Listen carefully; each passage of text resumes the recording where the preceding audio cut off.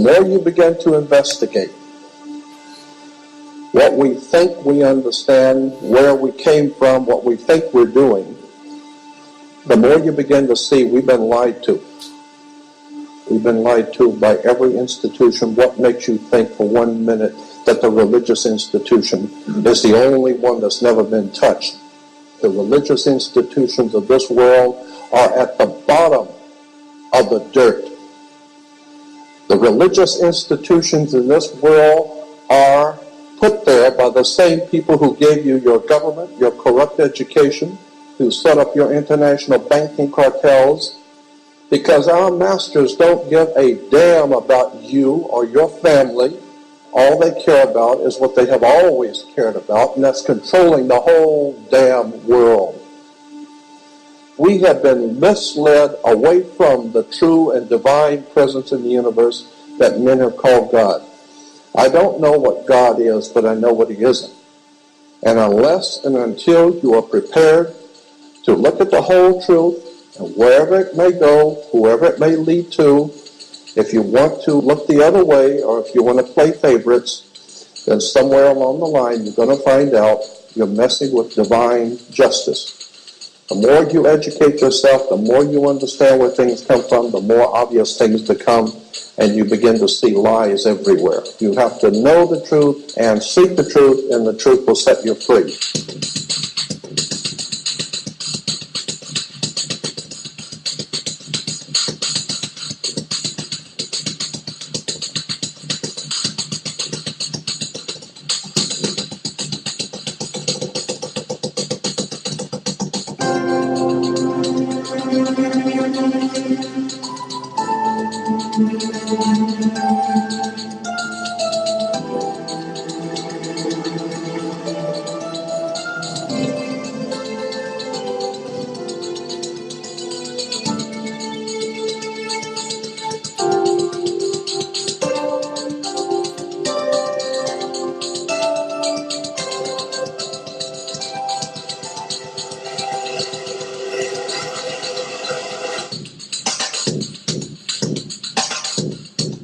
Because I got to tell you the truth, folks. I got to tell you the truth.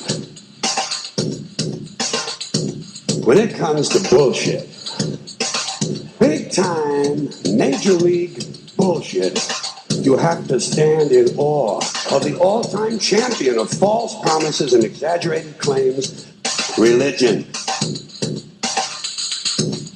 Think about it. Religion has actually convinced people that there's an invisible man living in the sky who watches everything you do every minute of every day. And the invisible man has a special list of 10 things he does not want you to do. And if you do any of these 10 things, he has a special place full of fire and smoke and burning and torture and anguish where he will send you to live and suffer and burn and choke and scream and cry forever and ever till the end of time. But he loves you.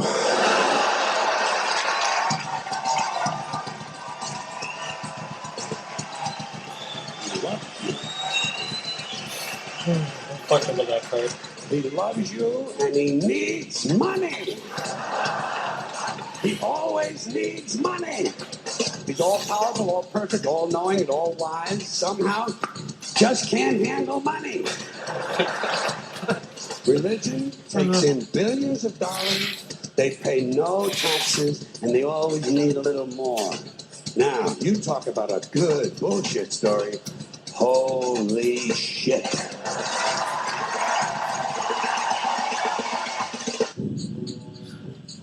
Oh, what we thought I mean.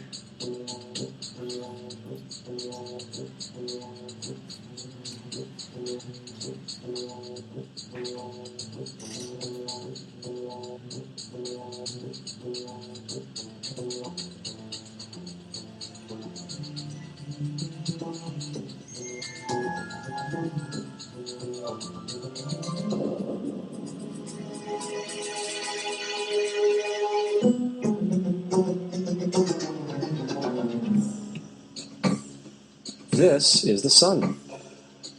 As far back as 10,000 BC, history is abundant with carvings and writings reflecting people's respect and adoration for this object. And it is simple to understand why, as every morning the sun would rise, bringing vision, warmth, and security, saving man from the cold, blind, predator-filled darkness of night. Without it, the cultures understood, the crops would not grow, and life on the planet would not survive.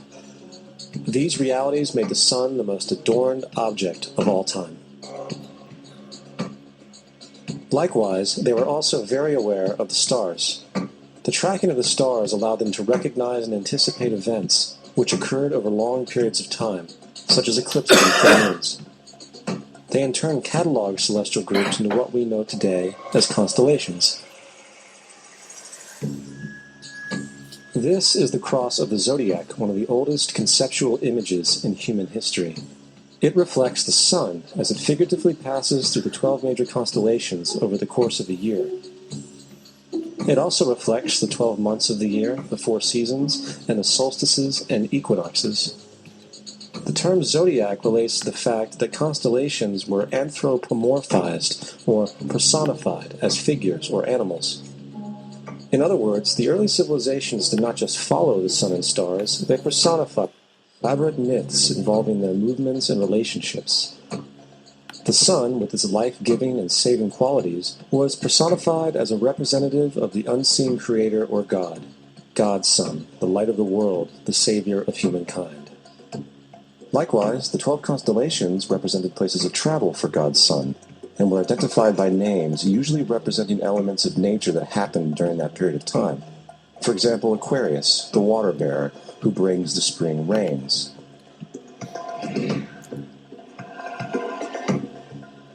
This is Horus. He is the sun god of Egypt of around 3000 BC. He is the sun anthropomorphized, and his life is a series of allegorical myths involving the sun's movement in the sky. From the ancient hieroglyphics in Egypt, we know much about this solar messiah. For instance, Horus, being the sun, or the light, had an enemy known as Set, and Set was the personification of the darkness, or night. And, metaphorically speaking, every morning Horus would win the battle against Set, while in the evening Set would conquer Horus and send him into the underworld. It is important to note that dark versus light, or good versus evil, is one of the most ubiquitous mythological dualities ever known, and is still expressed on many levels to this day. Broadly speaking, the story of Horus is as follows. Horus was born on December 25th of the Virgin Isis Mary. His birth was accompanied by a star in the east, which, in turn, 3 kings followed to locate and adorn the newborn Savior. At the age of 12, he was a prodigal child teacher, and at the age of 30, he was baptized by a figure known as Anup, and thus began his ministry. Horus had 12 disciples he traveled about with, performing miracles such as healing the sick and walking on water. Horus was known by many gestural names such as the Truth, the Light, God's Anointed Son, the Good Shepherd, the Lamb of God, and many others. After being betrayed by Typhon, Horus was crucified, buried for 3 days, and thus resurrected. These attributes of Horus, whether original or not, seem to permeate many cultures of the world, for many other gods are found to have the same general mythological structure. Attis of Phrygia, born of the Virgin Nana on December 25th, crucified, placed in a tomb, and after 3 days was resurrected. Krishna of India, born of the Virgin Devaki, with a star in the east signaling his coming. He performed miracles with his disciples, and, upon his death, was resurrected. Dionysus of Greece, born of a virgin on December 25th, was a traveling teacher who performed miracles such as turning water into wine. He was referred to as the King of Kings, God's only begotten Son, the Alpha and Omega, and many others. And, upon his death, he was resurrected. Mithra of Persia, born of a virgin on December 25th, he had 12 disciples and performed miracles, and upon his death was buried for 3 days and thus resurrected. He was also referred to as the Truth, the Light, and many others. Interestingly, the sacred day of worship of Mithra was Sunday. The fact of the matter is, there are numerous saviors from different periods from all over the world which subscribe to these general characteristics. The question remains, why these attributes? Why the virgin birth on December 25th? Why dead for 3 days in the inevitable resurrection? Why 12 disciples or followers? To find out, let's examine the most recent of the solar messiahs. Jesus Christ was born of the Virgin Mary on December 25th in Bethlehem. His birth was announced by a star in the east, which 3 kings or magi followed to locate and adorn the new Savior. He was a child teacher at 12. At the age of 30, he was baptized by John the Baptist, and thus began his ministry. Jesus had 12 disciples, which he traveled about with, performing miracles such as healing the sick, walking on water, raising the dead. He was also known as the King of Kings, the Son of God, the Light of the World, the Alpha and Omega, the Lamb of God, and many, many others. After being betrayed by his disciple Judas and sold for 30 pieces of silver, he was crucified, placed in the tomb, and after 3 days was resurrected and ascended into heaven. First of all, the birth sequence is completely astrological. The star in the east is Sirius, the brightest star in the night sky, which, on December 24th, aligns with the 3 brightest stars in Orion's belt. These 3 bright stars in Orion's belt are called today what they were called in ancient times, the 3 kings. And the 3 kings and the brightest star, Sirius, all point to the place of the sunrise on December 25th. This is why the 3 kings follow the star in the east, in order to locate the sunrise, the birth of the sun.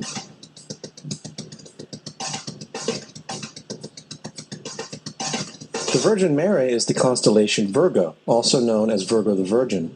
Virgo in Latin means virgin. The ancient glyph for Virgo is the altered M. This is why Mary, along with other virgin mothers, such as Adonis's mother Myra or Buddha's mother Maya, begin with an M. Virgo is also referred to as the house of bread, and the representation of Virgo is a virgin holding a sheaf of wheat.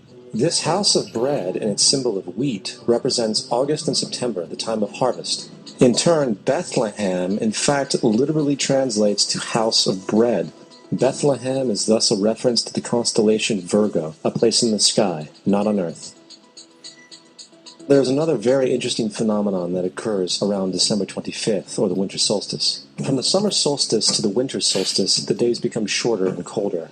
And from the perspective of the northern hemisphere, the sun appears to move south and get smaller and more scarce. The shortening of the days and the expiration of the crops when approaching the winter solstice symbolize the process of death to the ancients.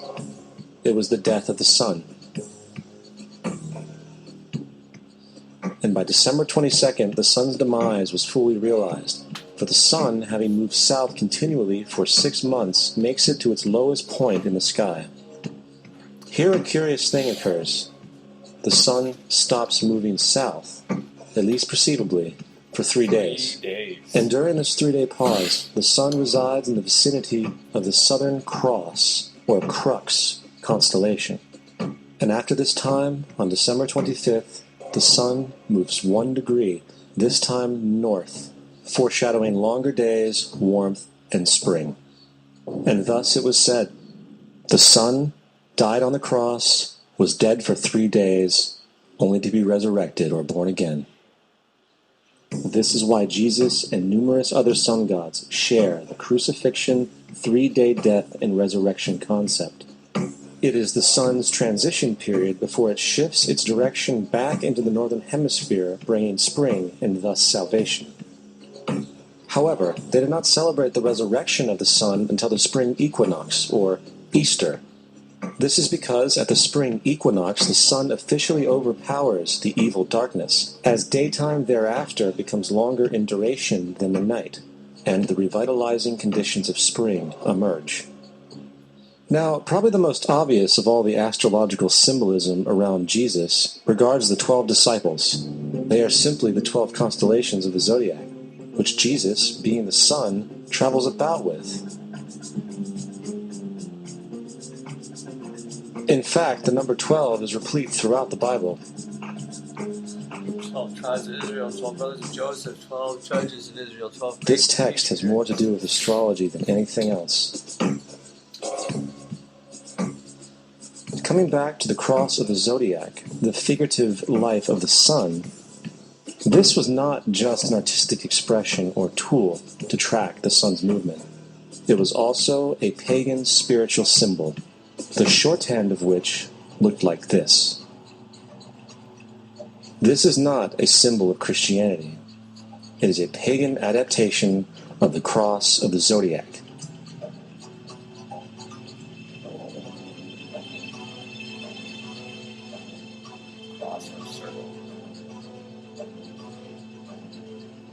This is why Jesus in early occult art is always shown with his head on the cross, for Jesus is the Son of God, the light of the world, the risen Savior who will come again, as it does every morning, the glory of God who defends against the works of darkness as he is born again every morning and can be seen coming in the clouds up in heaven with his crown of thorns or sun rays.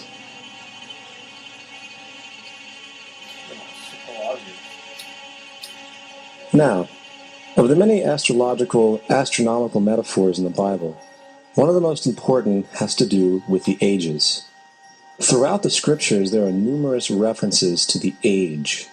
In order to understand this, we need to be familiar with a phenomenon known as the precession of the equinoxes. The ancient Egyptians, along with cultures long before them, recognized that approximately every 2150 years, the sunrise on the morning of the spring equinox would occur at a different sign of the zodiac. This has to do with a slow, angular wobble that the Earth maintains as it rotates on its axis.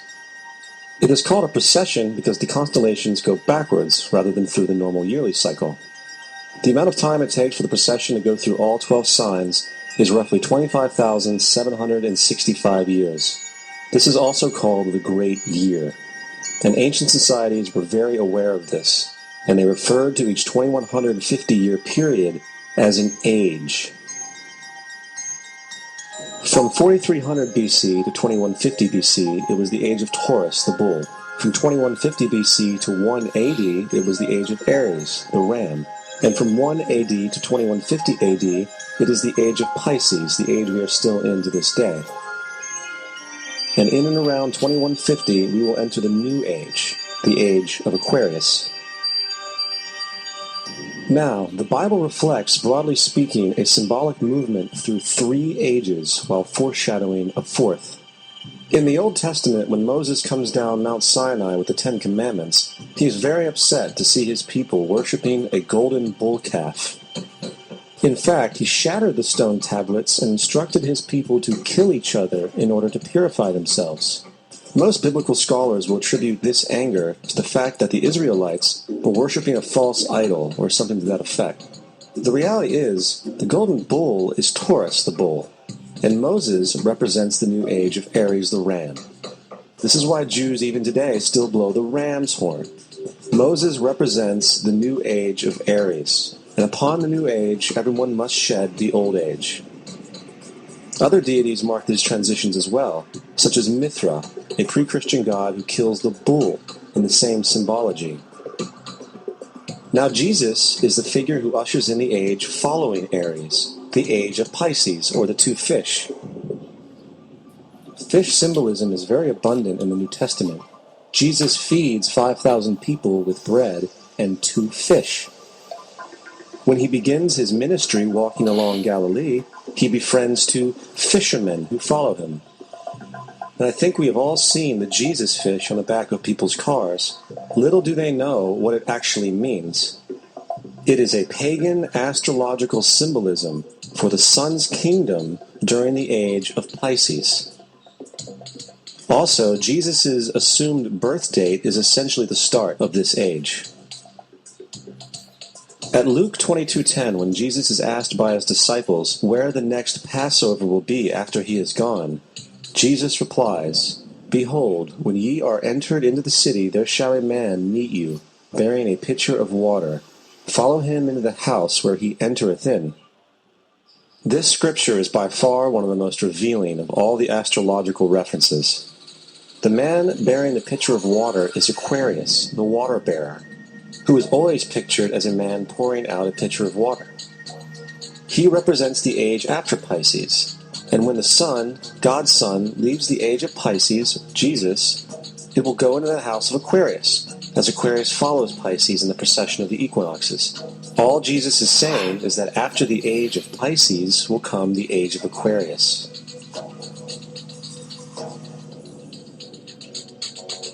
Now, we have all heard about the end times and the end of the world.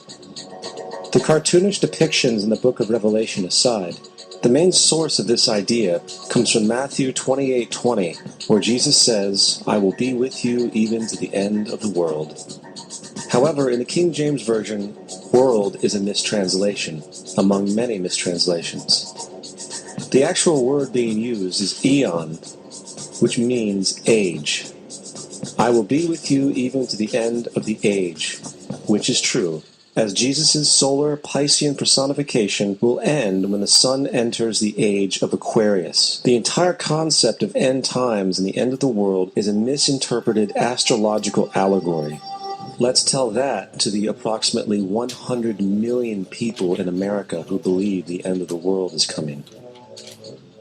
Furthermore, the character of Jesus being a literary and astrological hybrid is most explicitly a plagiarization of the Egyptian sun god Horus.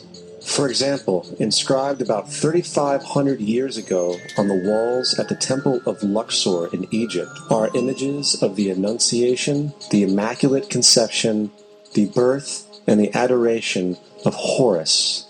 The images begin with Thoth announcing to the Virgin Isis that she will conceive Horus, then Neph, the Holy Ghost, impregnating the Virgin, and then the virgin birth and the adoration.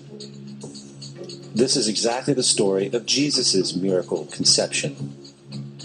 In fact, the literary similarities between the Egyptian religion and the Christian religion are staggering.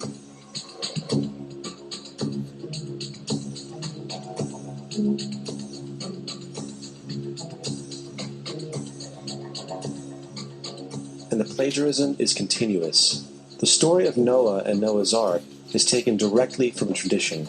The concept of the Great Flood is ubiquitous throughout the ancient world, with over 200 cited claims in different periods and times. However, one need look no further for a pre-Christian source than the Epic of Gilgamesh, written in 2600 BC.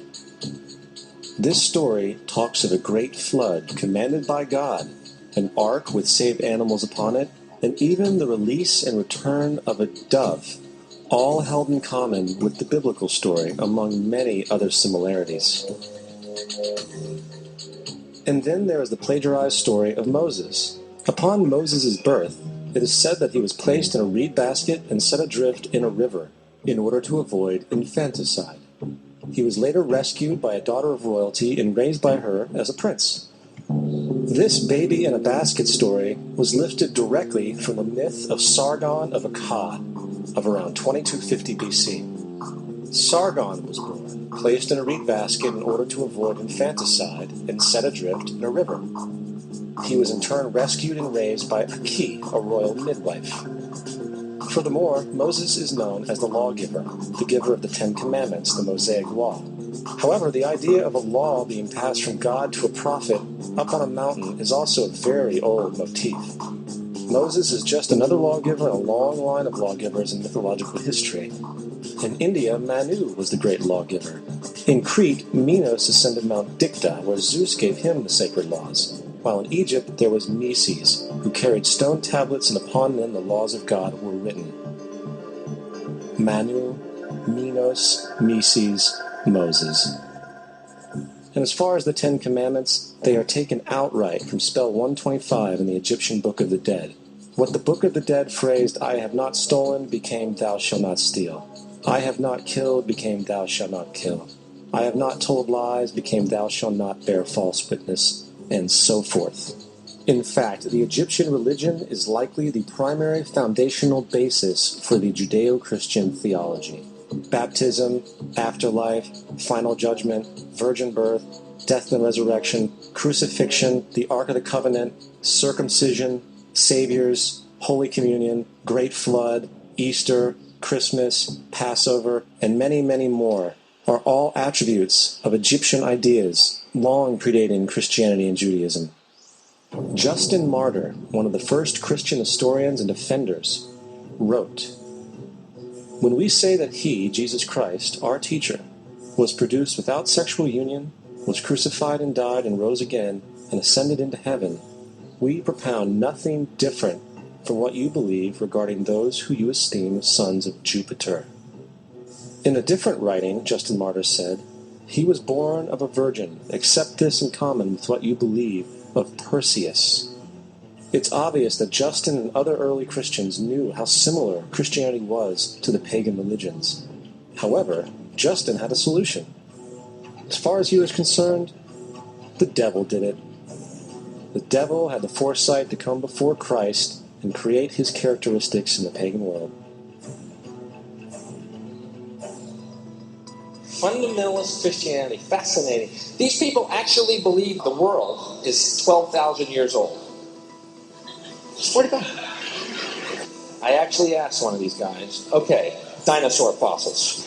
He says, dinosaur fossils? God put those here to test our faith.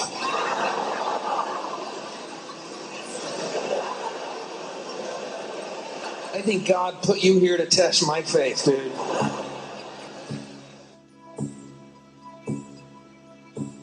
The Bible is nothing more than an astrotheological literary hybrid, just like nearly all religious myths before it. In fact, the aspect of transference of one character's attributes to a new character can be found within the book itself. In the Old Testament, there is the story of Joseph. Joseph was a prototype for Jesus. Joseph was born of a miracle birth. Jesus was born of a miracle birth. Joseph was of 12 brothers. Jesus had 12 disciples. Joseph was sold for 20 pieces of silver. Jesus was sold for 30 pieces of silver. Brother Judah suggests the sale of Joseph. Disciple Judas suggests the sale of Jesus. Joseph began his work at the age of 30. Jesus began his work at the age of 30. The parallels go on and on. Furthermore, is there any non-biblical historical evidence of any person living with the name Jesus, the son of Mary, who traveled about with 12 followers, healing people and the like? There are numerous historians who lived in and around the Mediterranean, either during or soon after the assumed life of Jesus. How many of these historians document this figure? Not one.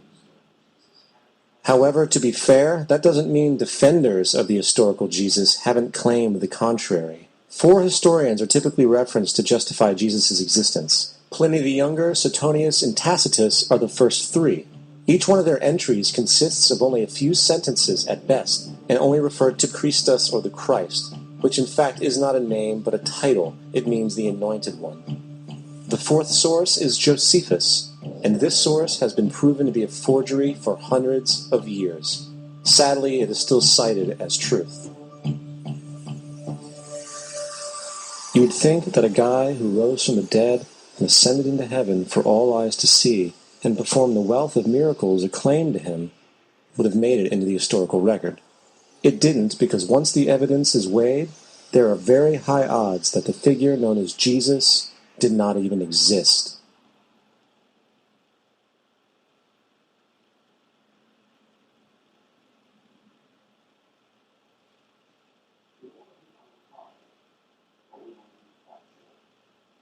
We don't want to be unkind, but we want to be factual.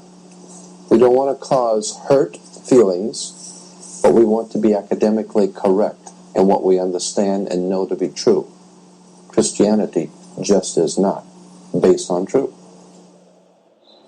We find that Christianity was in fact nothing more than a Roman story developed politically. The reality is, Jesus was the solar deity of the Gnostic Christian sect, and like all other pagan gods, he was a mythical figure. It was the political establishment that sought to historize the Jesus figure for social control. By 325 AD in Rome, Emperor Constantine convened the Council of Nicaea. It was during this meeting that the politically motivated Christian doctrines were established, and thus began a long history of Christian bloodshed and spiritual fraud. And for the next 1600 years, the Vatican maintained a political stranglehold on all of Europe, leading to such joyous periods as the Dark Ages, along with enlightening events such as the Crusades and the Inquisition.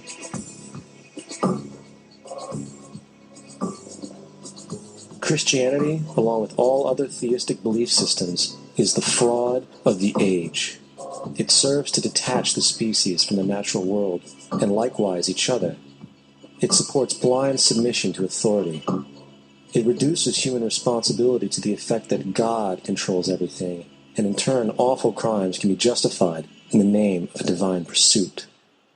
And most importantly, it empowers those who know the truth, but use the myth to manipulate and control societies. The religious myth is the most powerful device ever created and serves as the psychological soil upon which other myths can flourish.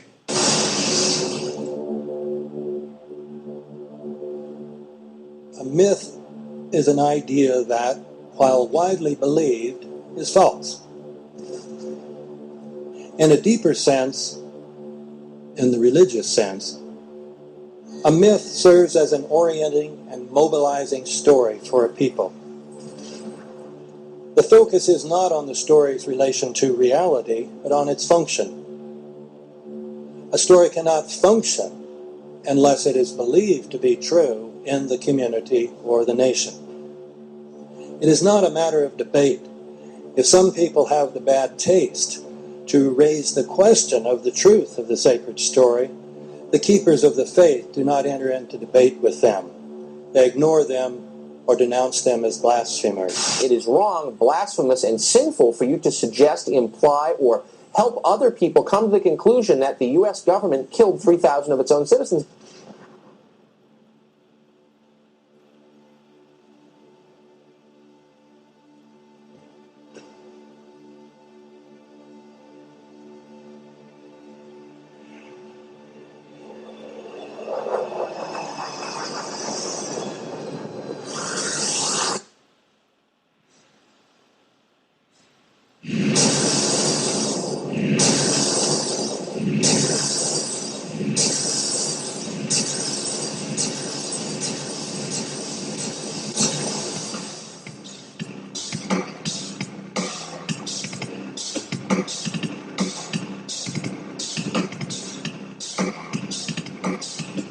With a demolition team set off when you see the old demolition of these old buildings. It looks like one of those scenes of an old building being purposely dynamited and blown up. Anybody who's ever watched a building being demolished on purpose knows that if you're going to do this, you have to get at the under-infrastructure of a building and bring it down. The way the structure is collapsing, this was the result of something that was planned. It's not accidental that the first tower just happened to collapse and then the second tower just happened to collapse in exactly the same way. How they accomplished this, we don't know. The building collapsed to dust. You don't find a desk. You don't find a chair. You don't find a telephone, a computer. The biggest piece of a telephone I found was half of the keypad, and it was about this big. What happened to the concrete was pulverized from river to river. There was dust powder 2-3 inches thick. The concrete was just pulverized. In addition to those pictures we've all seen too much on television before, when a building was deliberately destroyed by well-placed dynamite to knock it down.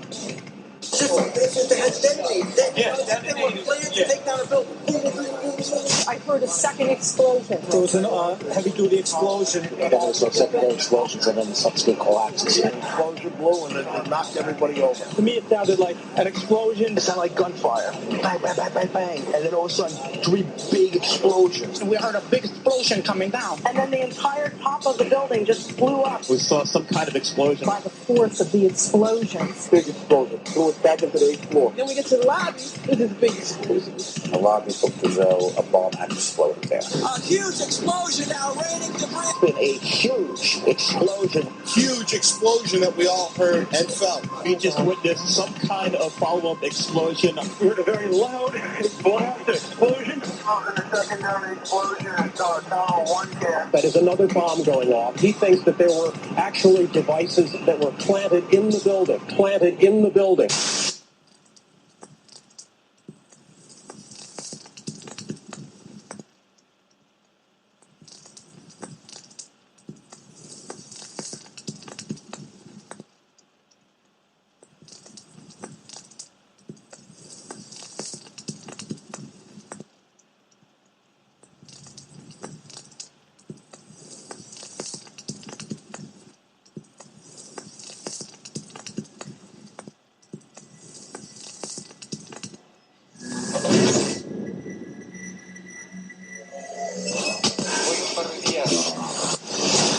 don't think anybody could have predicted that they would try to use an airplane as a missile, a hijacked airplane as a missile. Nobody in our government, at least, and I don't think the prior government that could envision flying airplanes into buildings. No specific threat involving really a domestic operation or involving what happened, obviously, the city's airliner and so. There were no warning signs that I'm aware of. USA Today reports that in the 2 years before the attacks on September the 11th, NORAD conducted exercises using hijacked airliners as weapons. And one target was the World Trade Center.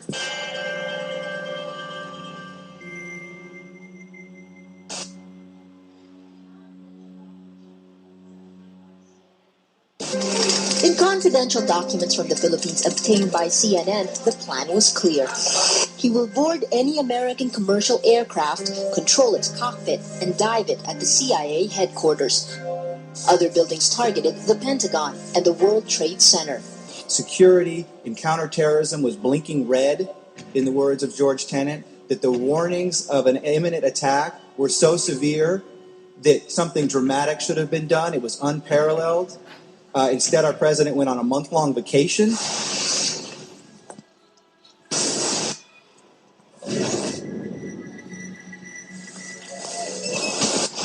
The head of Pakistani intelligence of the ISI, Mahmoud Ahmed, requested Omar Sheikh to wire $100,000 to Mohammed Atta, who was the lead hijacker.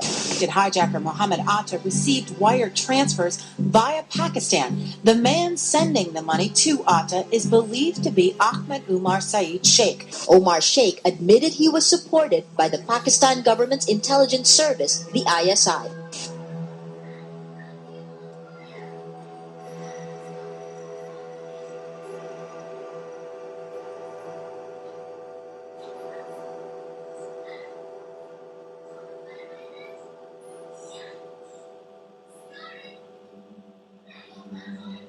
Although we are told that 4 or 5 of the alleged hijackers were on each of the flights. If so, their names should have been on the flight manifest. But the flight manifests that have been released contain neither the names of the alleged hijackers nor any Arab names whatsoever. We know that the men who were supposedly the hijackers had their houses, cars, credit cards paid for by the U.S. government. They were, in truth, agents. Evidence was also apparently planted. The passport of one of the hijackers on Flight 11 was allegedly found in the rubble. Goes through the fireball, through the side of the plane, and comes down to the ground unscathed. But something happened. For 6 months, they reported they had this passport. Boy, we've got it. We've got the proof. And then the guy stood up and was alive. Several of these 19 men are still alive.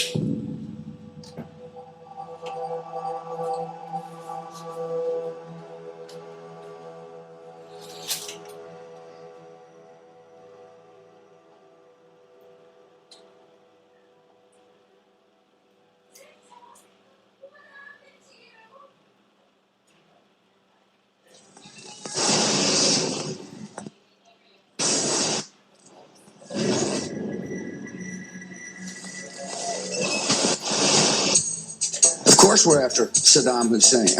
Bin Laden. He's January 2001. The Bush administration orders the FBI and intelligence agencies to back off investigations involving the bin Laden family, including 2 of Osama bin Laden's relatives, who were living, guess where, in Falls Church, Virginia, right next to CIA headquarters. When he was already America's most wanted criminal, he reportedly spent 2 weeks in the American hospital in Dubai, was treated by an American doctor, and visited by the local CIA agent. We have not seen one piece of evidence that links Osama bin Laden directly to the planning stages of September 11th. This failure to provide proof was later said to be unnecessary because bin Laden, in a video allegedly found in Afghanistan, admitted responsibility for the attacks. This confession is now widely cited as proof. But the man in this video has darker skin, fuller cheeks, and a broader nose than the Osama bin Laden of all other videos. We again seem to have planted evidence. In 1976, Osama's older brother Salim bin Laden hired a man in Texas by the name of Jim Bath to handle all the investments in the United States for the bin Laden family. Jim Bath also happens to be a personal, almost lifelong friend and former Air National Guard pilot with George W. Bush. The connections between the Bushes and the bin Ladens become much more clear when George Herbert Walker Bush made trips to Saudi Arabia in 1998 and 2000 to meet with the bin Laden family on behalf of a company called the Carlyle Group.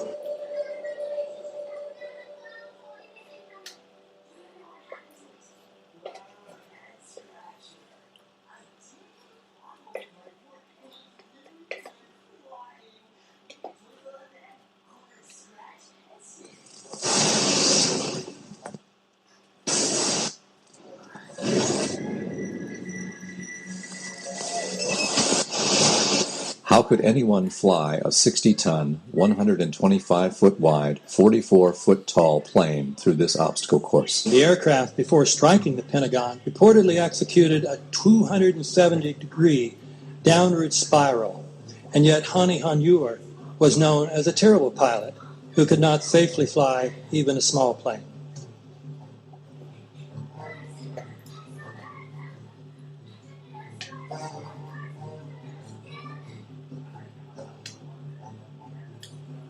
No seats, no luggage, no bodies. Nothing but bricks and limestone. The official explanation is that the intense heat from the jet fuel vaporized the entire plane. Flight 77 had 2 Rolls-Royce engines made of steel and titanium alloy and weigh 6 tons each. It is scientifically impossible that 12 tons of steel and titanium was vaporized by jet fuel. We're also told that the bodies were able to be identified either by their fingerprints or by the DNA. So what kind of fire can vaporize aluminum and tempered steel and yet leave human bodies intact? From my close-up inspection, there's no evidence of a plane having crashed anywhere near the Pentagon. And as I said, the only pieces left that you can see are small enough that you could pick up in your hand. Shortly after the strike, government agents picked up debris and carried it off. The entire lawn was covered with dirt and gravel, so that any remaining forensic evidence was literally covered up. The videos from security cameras, which would show what really hit the Pentagon, were immediately confiscated by agents of the FBI, and the Department of Justice has to this day refused to release them.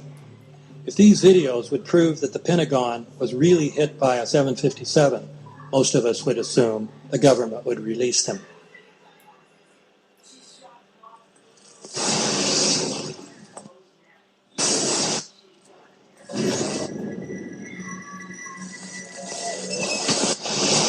It looks like there's nothing there except for a hole in the ground. Basically, that's right. The only thing you could see from where we were was a big gouge in the earth and some broken trees. We could see some people walking around in the area, but from where we could see, there wasn't much left. Any large pieces of debris at all? No, there was nothing that you could distinguish that a plane had crashed there.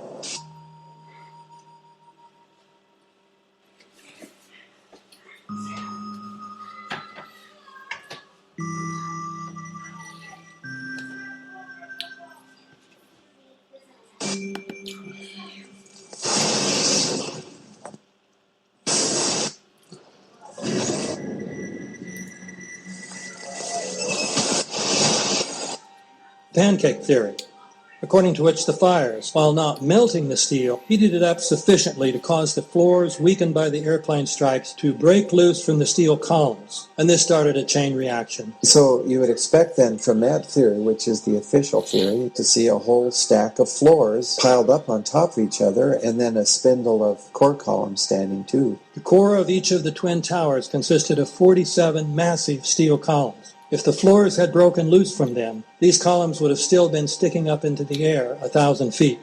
The plane did not cut all those core columns. We designed the buildings to take the impact of the Boeing 707 hitting the building at any location. The building probably could sustain multiple impacts of jetliners. That the plane flew straight into the building. Flew in, right. Yeah. So you're saying that the building was actually designed to cope with a hole like that and then still survive? Yeah, it was.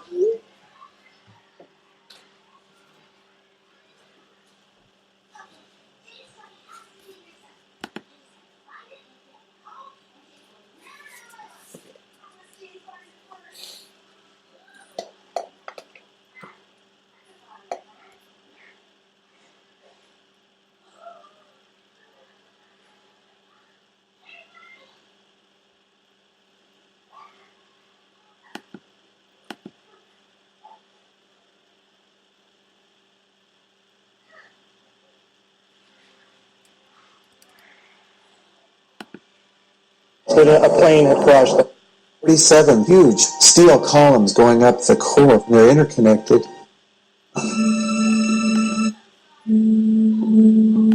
47 huge steel columns going up the core. They're interconnected. How do you get them to fail simultaneously so the core disappears? It looks like those core columns were cut. The way we do this is by cutting the beam at an angle.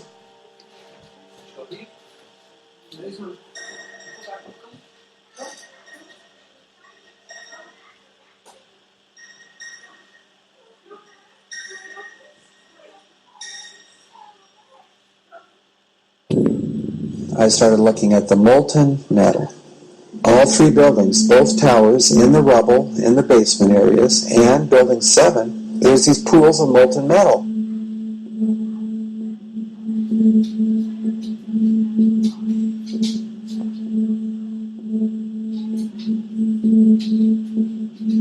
You get down below and you see molten steel running down the channel rails, like you're in a foundry. The molten steel was found 3, 4, and 5 weeks later, when the rubble was being removed. He said that molten steel was also found underneath World Trade Center 7. So I'm looking through the official reports. What do they say about the molten metal? They say nothing. Wait a minute. This is important evidence. So where did that come from?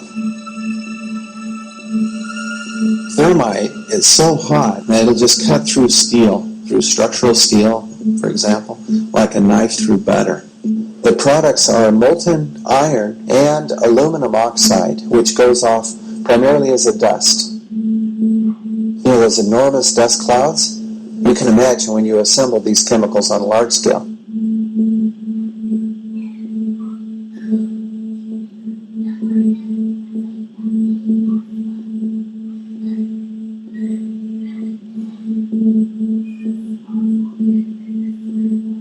Molten metal pools under both towers after they collapsed, and Building 7. Now, Building 7 wasn't even hit by a jet.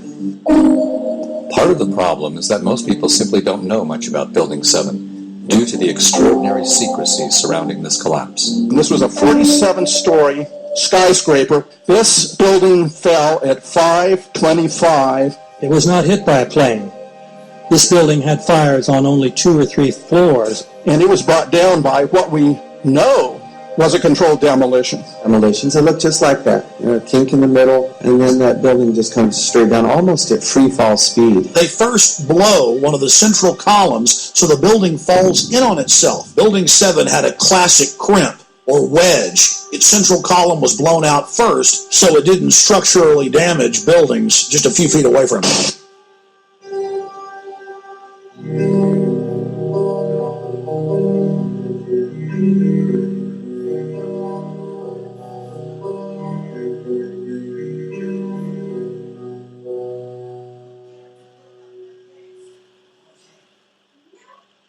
Our office was on the B1 level. As I was talking to a supervisor at 8:46, and all of a sudden we hear, boom! An explosion so hard that pushed us upwards. And it came from the basement between the B2 level and the B3 level. And when I went to verbalize, we hear, boom! The impact of the plane on the top. As I'm walking by the main freight corridor building in the corridor, that's when I got blown. I mean, the impact of the explosion threw me to the floor, and that's when everything started happening. All of a sudden, the big impact happened again, and all the ceiling tile was falling down, the light fixtures were falling. You know, you got to go clear across the whole from 1 to 2 World Trade Center, and then all of a sudden, it happened all over again. Something else hit us to the floor. Right in the basement, you felt it. Walls were caving in, everything that was going on. I mean, I know people that got killed in the basement. I know people that got broken legs in the basement. People got reconstructive surgery because the walls hit them in the face.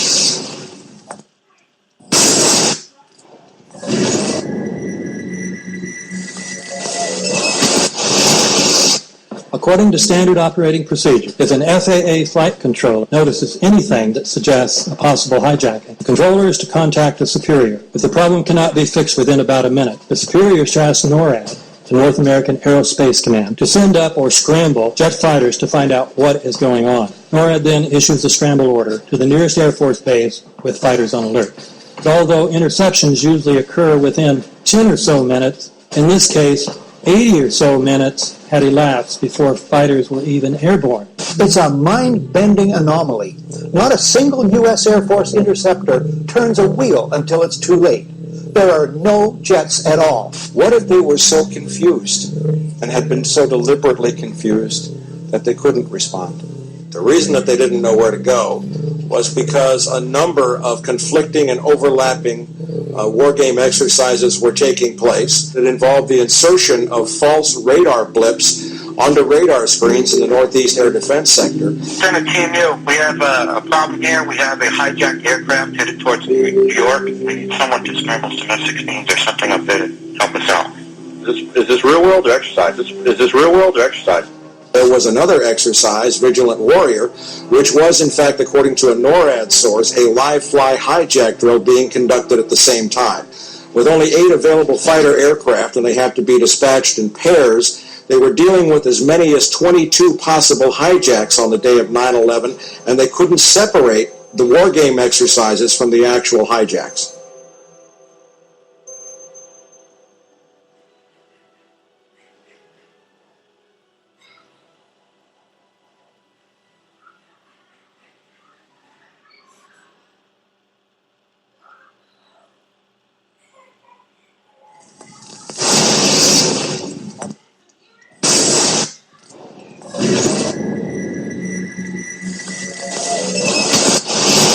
Page 172. The U.S. government has not been able to determine the origin of the money used for the 9/11 attacks. Ultimately, the question is of little practical significance. The American authorities have not managed to trace the source of the funding. And then the most amazingly disingenuous statement ultimately is that there's little consequence. It was a massive consequence. Doesn't it matter who paid for 9/11? The collapse of Building 7 has been recognized as especially difficult to explain. The 9/11 Commission report implicitly admitted that it could not explain the collapse of this building by not even mentioning it. President, why are you and the Vice President insisting on appearing together before the 9/11 Commission? Because the 9/11 Commission wants to ask us questions. That's why we're meeting, and I look forward to meeting with them and answering their questions. That's why you're appearing together rather than separately, which was their request. Because it's a good chance for both of us to answer questions that the 9/11 Commission is looking forward to asking us, and I'm looking forward to answering them. Let's see. Do you think they should be able to stand up and speak their own words? They should go under oath. They should be in public.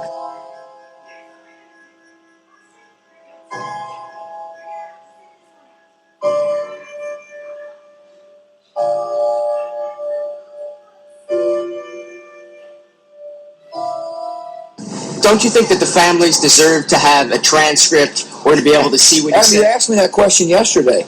I got the same answer, yeah. The final report was a unanimous report. That means that if there was a single commissioner who had any objection about anything, that fact would be dropped from the report. We have found out that he not only served on the transition team of the Bush administration, that he was a person who wrote a draft memo for the setup of the Bush administration's National Security Council, that he was an individual who wrote the preemptive war strategy that was eventually used for the war in Iraq, that he is a close friend of Condoleezza Rice's. We want him to resign. There was literally nothing in the 9/11 report that the Bush administration did not approve of. We can understand, therefore, why the Commission, under Zelikow's leadership, would have ignored all the evidence that would point to the truth, that 9/11 was a false flag operation intended to authorize the doctrines and funds needed for a new level of imperial mobilization.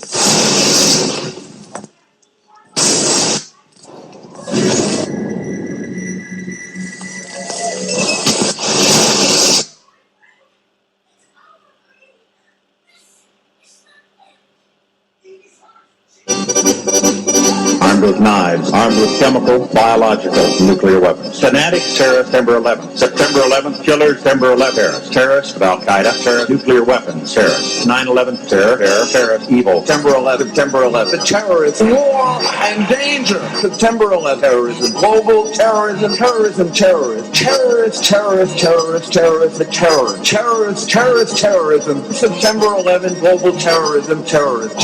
Terrorism. September 11th, world terrorism, terrorism. September 11th, global terrorism. September the 11th, terror. Weapons of mass destruction. September the 11th, terrorists. The evil terrorists, no. Terrorism. The words are hypnotically repeated. Terrorism, terrorist, terrorist threat, and of course, believed to be linked to Al-Qaeda. But it's the so-called war on terrorism that's in our faces practically 24/7 as the inescapable focus of our existence. One day, our grandchildren will look back on this time and ask, how was the war on terror won?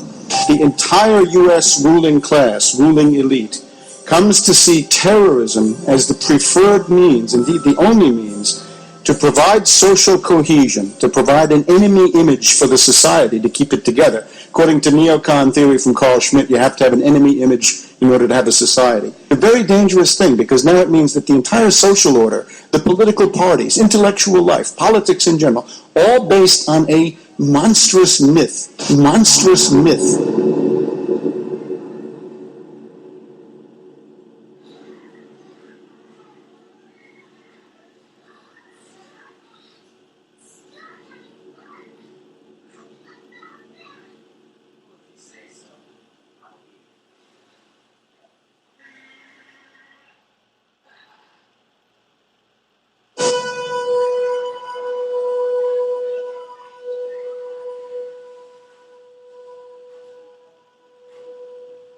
Look, the CIA has done in this country, what they've done to us is unbelievable. Look at the terrorist acts that have occurred. The CIA behind most, if not all of them. We had the Marine Barracks, their embassy in Kenya. We had Pan Am 103. We had the USS Cole. We had Oklahoma City. We had the World Trade Center in 1993. That helped the terrorists blow up the World Trade Center the first time. They built the bomb. They got the driver's license. The informant, the FBI informant, a fellow named Salam, a 43-year-old former Egyptian army officer, he was given the assignment to put the bomb together. And he went to his supervisor, his FBI supervisor, and said, we're going to put a dummy bomb in here, right? And the FBI supervisor said, no, we're going to put a real bomb. The FBI actually carried out the attack on the World Trade Center in 1993. They actually hired Ahmad Salam and paid him $1 million and gave him real explosives, a detonator, and told him to build a bomb and to give it to the foolish people that he was controlling to allow them to attack the World Trade Center complex. Unfortunately for them, there were only 6 people killed, not enough to pass the legislation. So what happened is 2 years later, April 19, 1995, down comes Oklahoma City Murrah building, 168 people killed. 1 year later, the anti-terrorism legislation that takes away many of our constitutional rights and civil liberties is passed.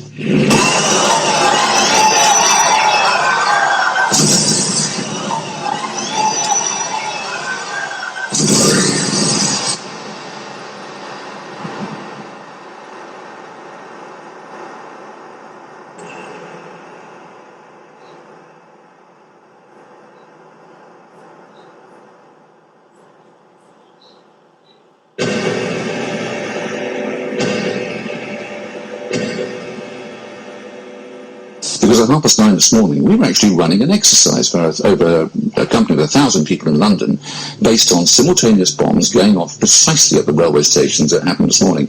So I still have the hairs on the back of my neck standing upright. To get this quite straight, you were running an exercise to see how you would cope with this, and it happened while you were running the exercise? Precisely.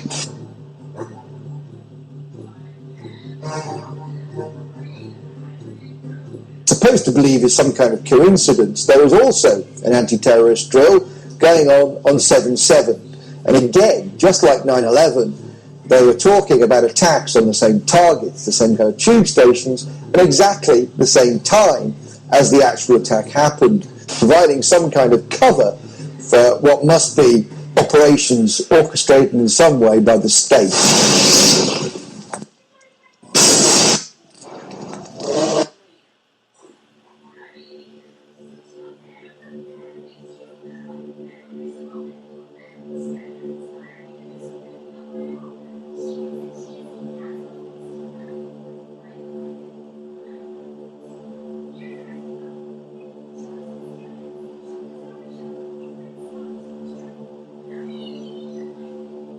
I am absolutely appalled at how much people in this country do not think. We are given to understand that an Arabic guy out there up in the mountains financed the most elaborate attack on this country. You think some people in a cave? Do you think some people in a cave were able to have NORAD stand down? Do you think that people in a cave were able to have all of this happen? And when I think about how many Americans were killed in New York City, and believing as I do that this thing was a setup job, this is a textbook operation that Nazis used, and they've used it over and over again. America has been suckered in one more time. I don't have to tell you things are bad. Everybody knows things are bad. The dollar buys a nickel's worth. Banks are going bust. Shopkeepers keep a gun under the counter. Punks are running wild in the street, and there's nobody anywhere who seems to know what to do, and there's no end to it. We know the air is unfit to breathe, and our food is unfit to eat. We sit watching our TVs while some local newscaster tells us that today we had 15 homicides and 63 violent crimes, as if that's the way it's supposed to be. We know things are bad, worse than bad. They're crazy. It's like everything everywhere is going crazy, so we don't go out anymore. We sit in the house, and slowly the world we're living in is getting smaller, and all we say is, please, at least leave us alone in our living rooms. Let me have my toaster and my TV and my steel-belted radios, and I won't say anything. Just leave us alone. Well, I'm not going to leave you alone. I want you to get mad. I don't want you to protest. I don't want you to riot. I don't want you to write to your Congress.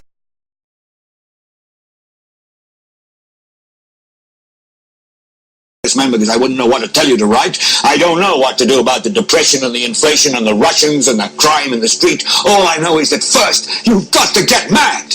You've got to say, I'm a human being. God damn it. My life has value.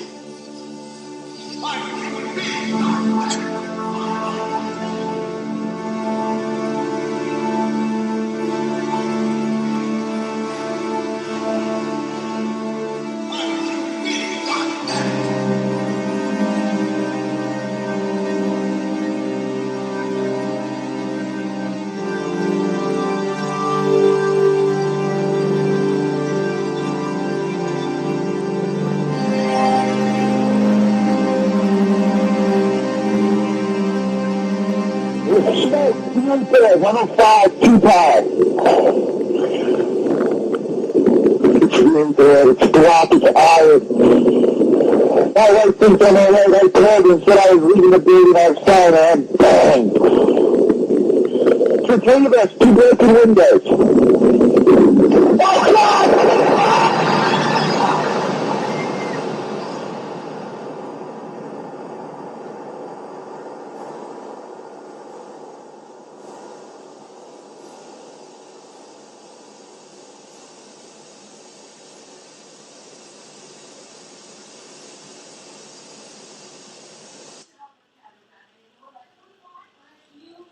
Ladies and gentlemen, the very word secrecy is repugnant in a free and open society, and we are, as a people, inherently and historically opposed to secret societies, to secret oaths, and to secret proceedings. For we are opposed around the world by a monolithic and ruthless conspiracy that relies primarily on covert means for expanding its sphere of influence, on infiltration instead of invasion, on subversion instead of elections, on intimidation instead of free choice. It is a system which has conscripted vast human and material resources into the building of a tightly knit, highly efficient machine that combines military, diplomatic, intelligence, economic, scientific, and political operations. Its preparations are concealed, not published. Its mistakes are buried, not headlined. Its dissenters are silenced, not praised. No expenditure is questioned, no secret is revealed. That is why the Athenian lawmaker Solon decreed it a crime for any citizen to shrink from controversy. I am asking your help in the tremendous task of informing and alerting the American people, confident that with your help, man will be what he was born to be, free and independent.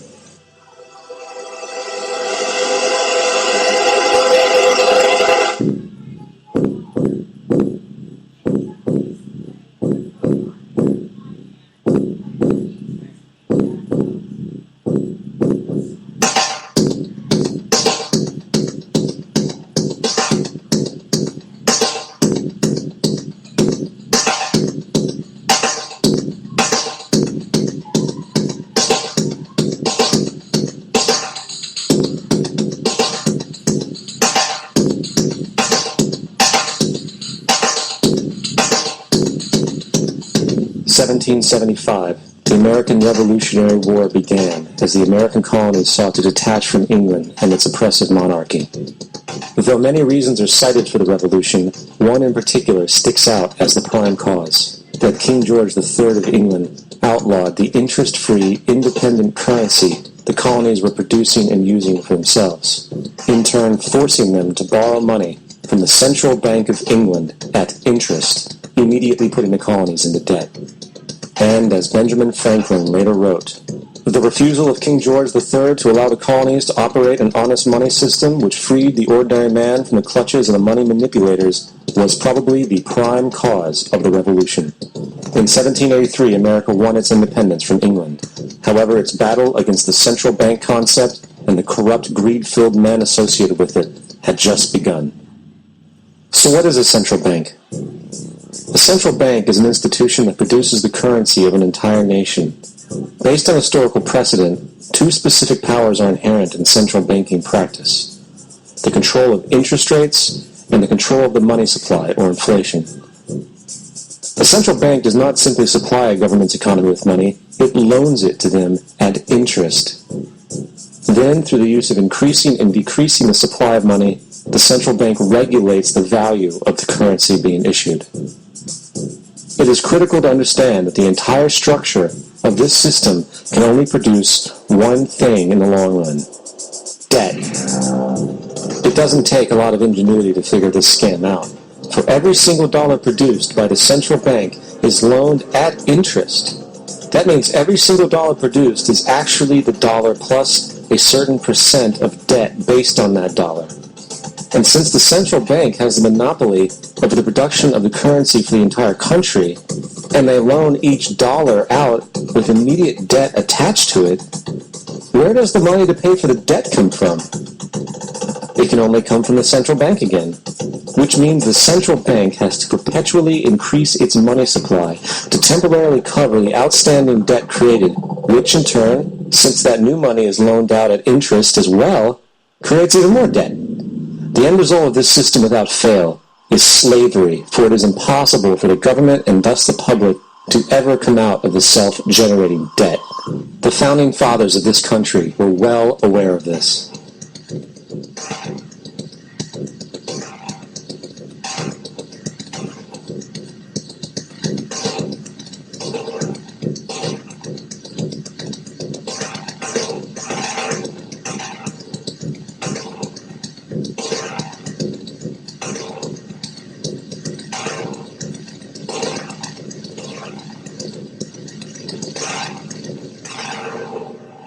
By the early 20th century, the U.S. had already implemented and removed a few central banking systems, which were swindled into place by ruthless banking interests. At this time, the dominant families in the banking and business world were the Rockefellers, the Morgans, the Warburgs, the Rothschilds. And in the early 1900s, they sought to push, once again, legislation to create another central bank. However, they knew the government and public were very weary of such an institution, so they needed to create an incident to affect public opinion. So, J.P. Morgan, publicly considered a financial luminary at the time, exploited his mass influence by publishing rumors that a prominent bank in New York was insolvent or bankrupt. Morgan knew this would cause mass hysteria, which would affect other banks as well. And it did. The public, in fear of losing their deposits, immediately began mass withdrawals. Consequently, the banks were forced to call in their loans, causing the recipients to sell their property, and thus a spiral of bankruptcies, repossessions, and turmoil emerged.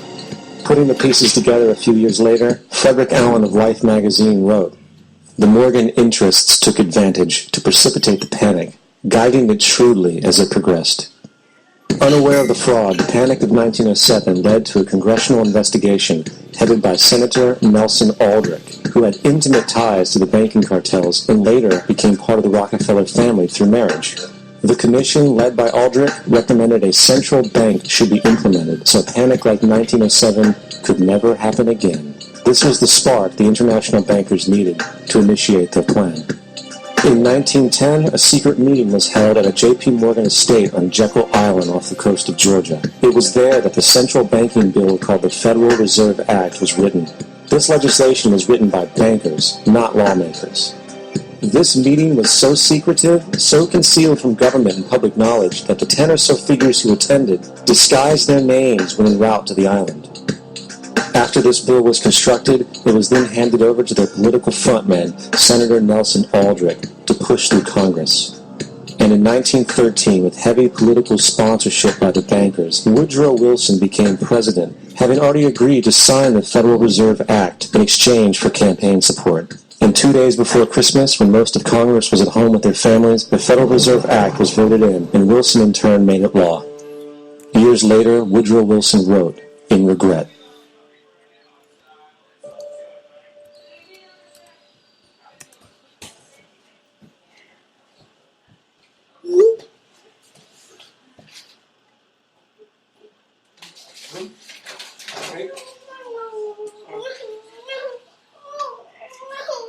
Okay, relax. Just asking if you wanted some, that's all.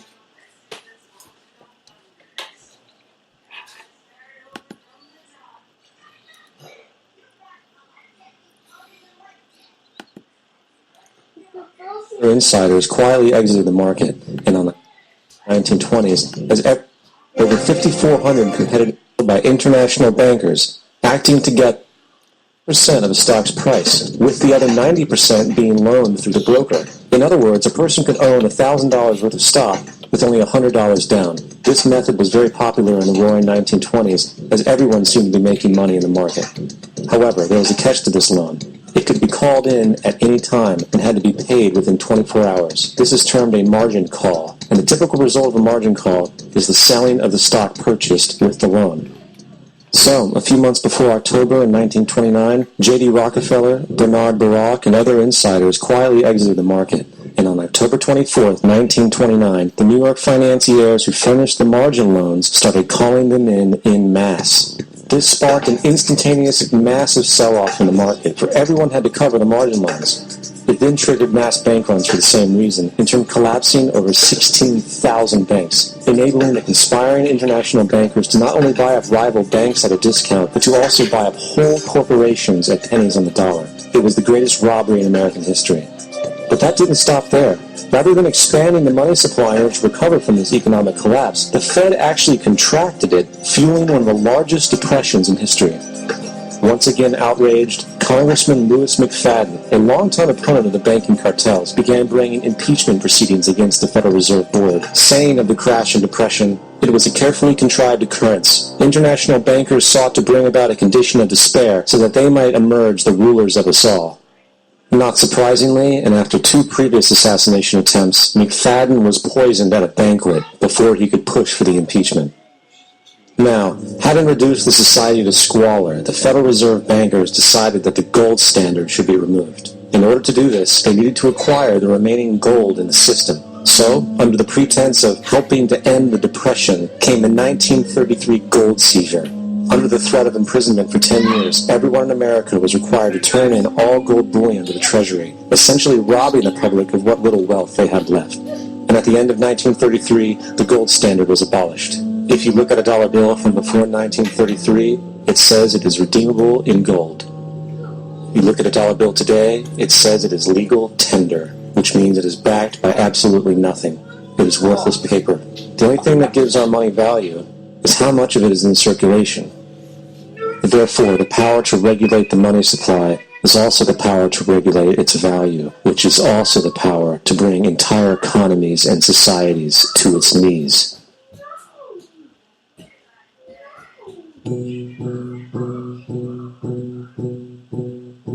It's important to clearly understand the Federal Reserve is a private corporation. It is about as Federal Express. It makes its own policies and is under virtually no regulation by the U.S. government. It is a private bank that loans all the currency at interest to the government, completely consistent with the fraudulent central banking model that the country sought to escape from when it declared independence in the American Revolutionary War. Now, going back to 1913, the Federal Reserve Act was not the only unconstitutional bill pushed through Congress. They also pushed the federal income tax. It's worthwhile to point out that the American public's ignorance towards the federal income tax is a testament to how dumbed down and oblivious the American population really is. First of all, the federal income tax is completely unconstitutional, as it is a direct, unapportioned tax. All direct taxes have to be apportioned to be legal based on the Constitution. Secondly, the required number of states in order to ratify the amendment to allow the income tax was never met, and this has even been cited in modern court cases.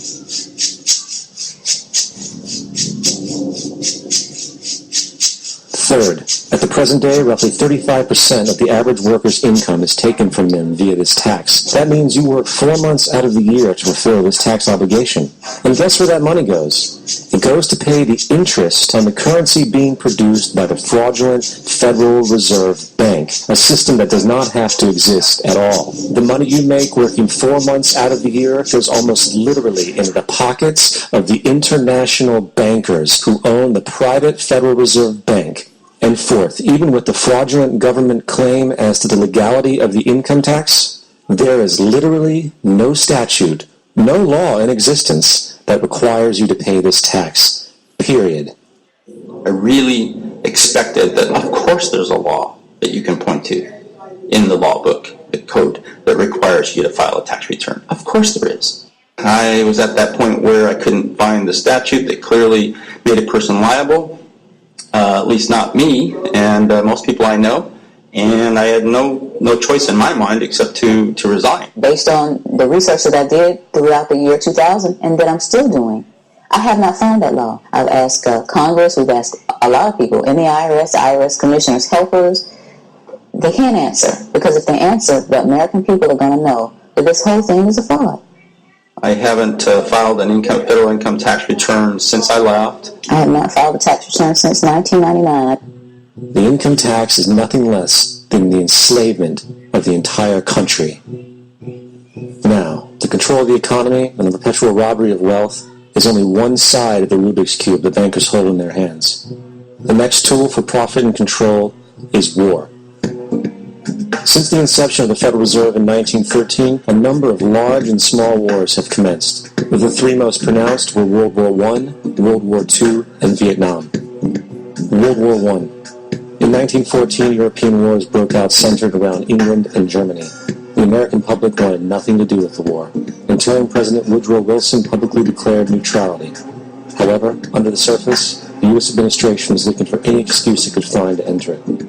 In a noted observation by Secretary of State William Jennings, the large banking interests were deeply interested in the World War because of the wide opportunities for large profits.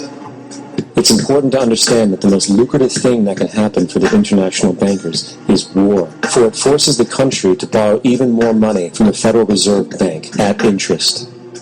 Woodrow Wilson's top advisor and mentor was Colonel Edward House, a man with intimate connections with the international bankers who wanted in the war.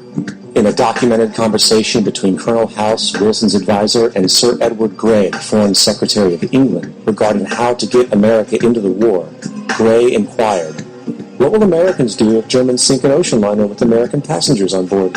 House responded, I believe that a flame of indignation would sweep the United States, and that by itself would be sufficient to carry us into war. So, on May 7, 1915, on essentially the suggestion of Sir Edward Grey, a ship called the Lusitania was deliberately sent into German-controlled waters, where German military vessels were known to be.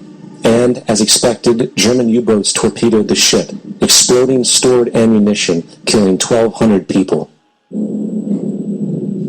To further understand the deliberate nature of this setup, the German embassy actually put advertisements in the New York Times telling people that if they boarded the Lusitania, they did so at their own risk, as such a ship sailing from America to England through the war zone would be liable to destruction.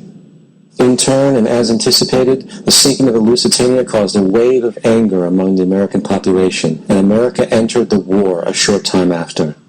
The First World War cost 323,000 American deaths. J.D. Rockefeller made $200 million off of it. Not to mention the war cost about $30 billion for America, most of which was borrowed from the Federal Reserve Bank at interest, furthering the profits of the international bankers. World War II. On December 7, 1941, Japan attacked the American fleet at Pearl Harbor, triggering our entry into that war. President Franklin D. Roosevelt declared the attack was a day that will live in infamy. A day of infamy indeed, but not because of the alleged surprise attack on Pearl Harbor. After 60 years of surfacing information, it is clear that not only was the attack on Pearl Harbor known weeks in advance, it was outright wanted and provoked. Roosevelt, whose family had been New York bankers since the 18th century, whose uncle Frederick was on the original Federal Reserve Board, was very sympathetic to the interests of the international bankers, and the interest was to enter the war, as we've seen, nothing is more profitable for international bankers than war. In a journal entry by Roosevelt's Secretary of War Henry Stimson, dated November 25, 1941, he documented a conversation he had with Roosevelt. The question was, how should we maneuver them into firing the first shot? It was desirable to make sure the Japanese be the ones to do this, so that there should remain no doubt as to who were the aggressors. In the months leading up to the attack on Pearl Harbor, Roosevelt had done almost everything in his power to anger the Japanese, showing a posture of aggression. He halted all of Japan's imports of American petroleum. He froze all the Japanese assets in the United States. He made public loans to nationalist China and supplied military aid to the British, both enemies of Japan in the war, which, by the way, is completely in violation of international war rules. And on December 4th, 3 days before the attack, Australian intelligence told Roosevelt about a Japanese task force moving towards Pearl Harbor. Roosevelt ignored it. So, as hoped and allowed, on December 7, 1941, Japan attacked Pearl Harbor, killing 2,400 soldiers. Before Pearl Harbor, 83% of the American public wanted nothing to do with the war. After Pearl Harbor, 1 million men volunteered for the war. It is important to note, Nazi Germany's war effort was largely supported by two organizations, one of which was called IG Farben. IG Farben produced 84% of Germany's explosives, and even the Zyklon B used in the concentration camps to kill millions. One of the unspoken partners of IG Farben was J.D. Rockefeller's Standard Oil Company in America.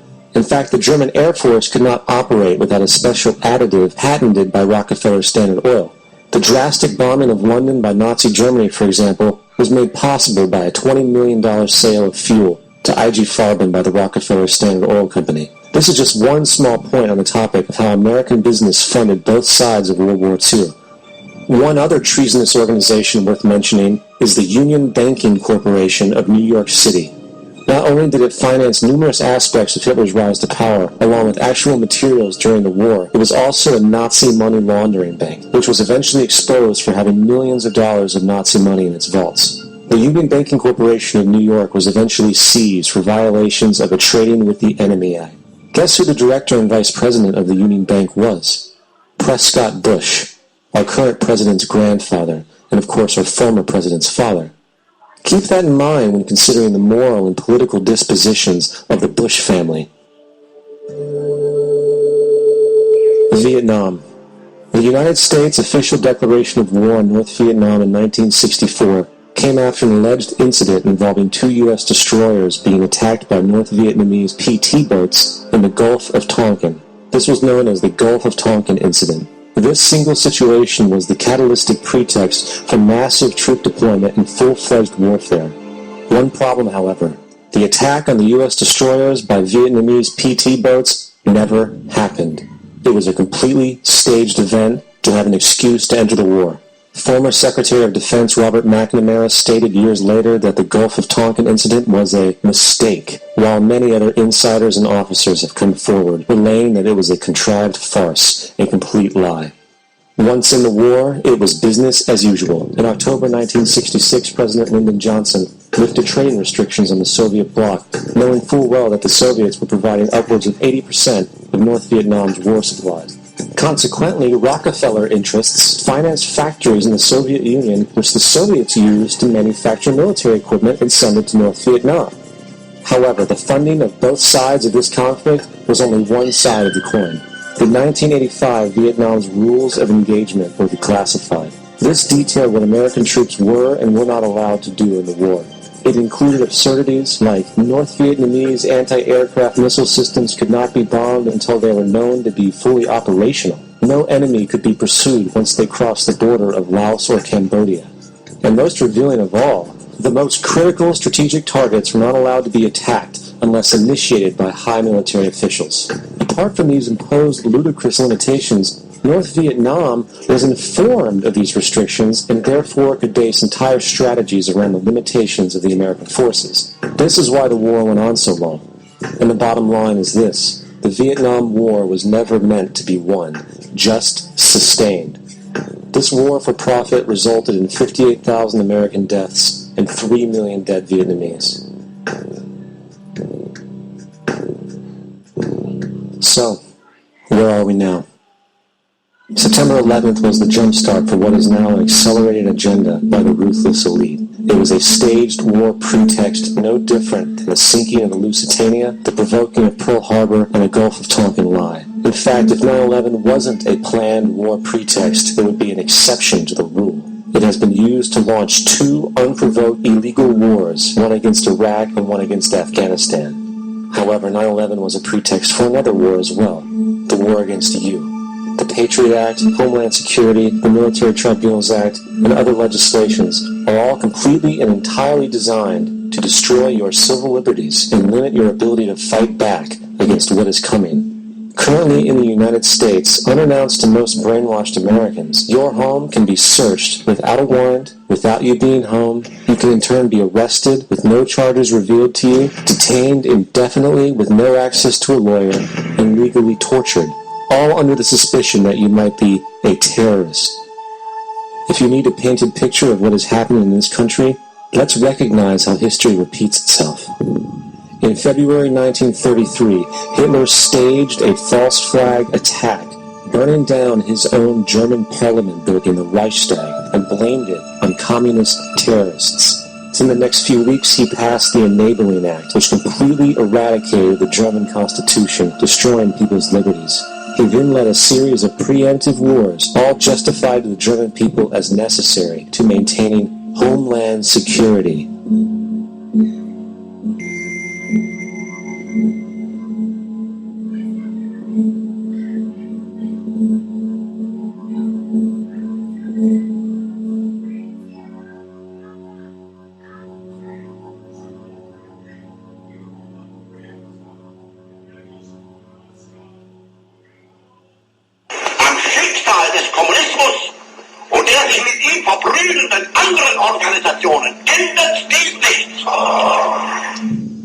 Our enemy is a radical network of terrorists and every government that supports them.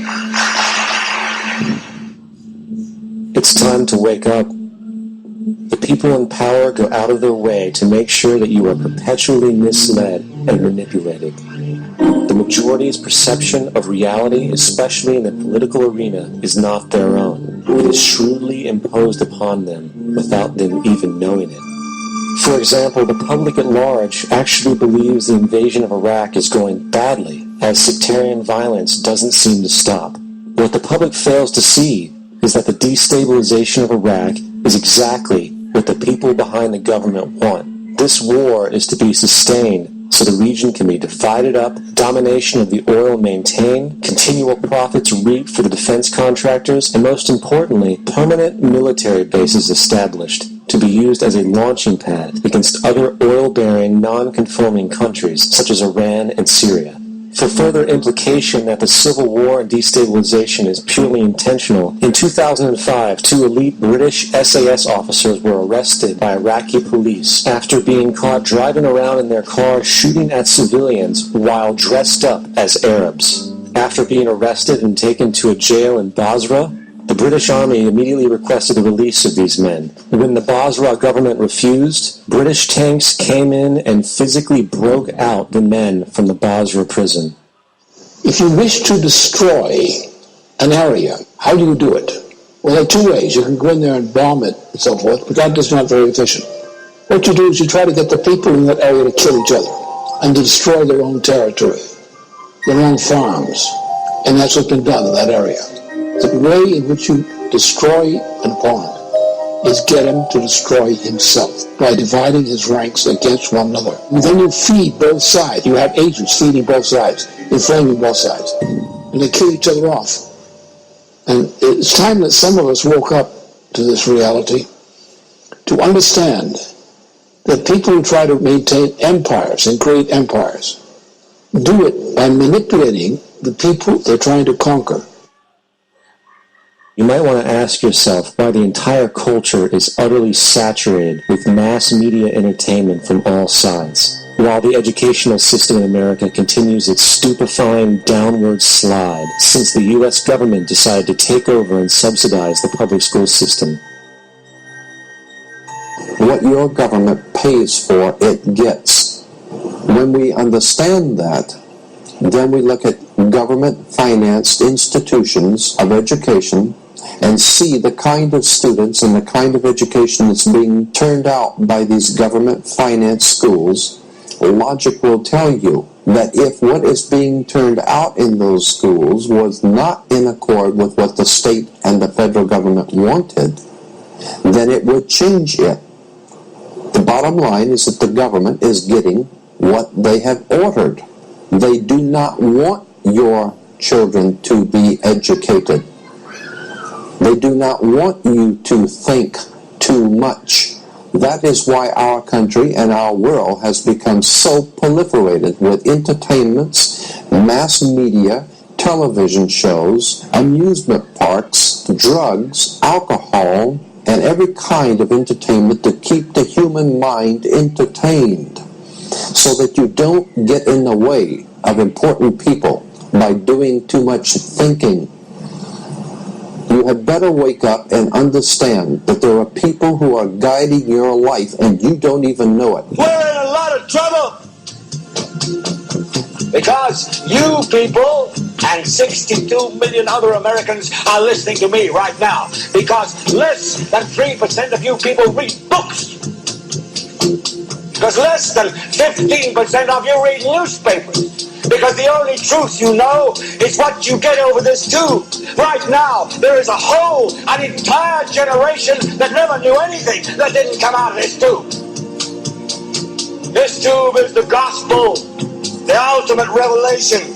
This tube can make or break presidents, popes, prime ministers. This tube is the most awesome goddamn force in the whole godless world. And woe is us if it all falls into the hands of the wrong people. And when the largest company in the world controls the most awesome goddamn propaganda force in the whole godless world, who knows what shit will be peddled for truth on this network.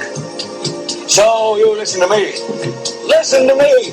Television is not the truth. Television is a goddamn amusement park. Television is a circus, a carnival, a traveling troupe of acrobats, storytellers, dancers, singers, jugglers, sideshow freaks, lion tamers, and football players. We're in the boredom-killing business. But you people sit there day after day, night after night, all ages, colors, creeds. We're all you know. You're beginning to believe the illusions we're spinning here. You're beginning to think that the tube is reality and that your own lives are unreal. You do whatever the tube tells you. You dress like the tube. You eat like the tube. You raise your children like the tube. You even think like the tube. This is mass madness, you maniacs. In God's name, you people are the real thing. We are the illusion. The last thing the men behind the curtain want is a conscious, informed public capable of critical thinking, which is why a continually fraudulent zeitgeist is output via religion, the mass media, and the educational system. They seek to keep you in a distracted, naive bubble, and they are doing a damn good job of it. In 2005, an arrangement between Canada, Mexico, and the United States was made. This arrangement, unannounced to the public, unregulated by Congress, merges the United States, Mexico, and Canada into one entity, erasing all borders. It's called the North American Union. You might want to ask yourself why you've never heard of this. In fact, there is only one mainstream reporter who has actually heard of and has had the courage to cover this issue. The Bush administration's open borders policy and its decision to ignore the enforcement of this country's immigration laws is part of a broader agenda. President Bush signed a formal agreement that will end the United States as we know it, and he took the step without approval from either the U.S. Congress or the people of the United States. It's a deal that few have even heard of. It's being done again by very few people at the very top on behalf of the investment class, but the working class of people. Political officials across our country, from communities, from cities, and so forth, they don't know anything about this. This isn't some trade agreement. It is a total removal of sovereignty from these countries, which will also result in a completely new currency called the Amero. Fall.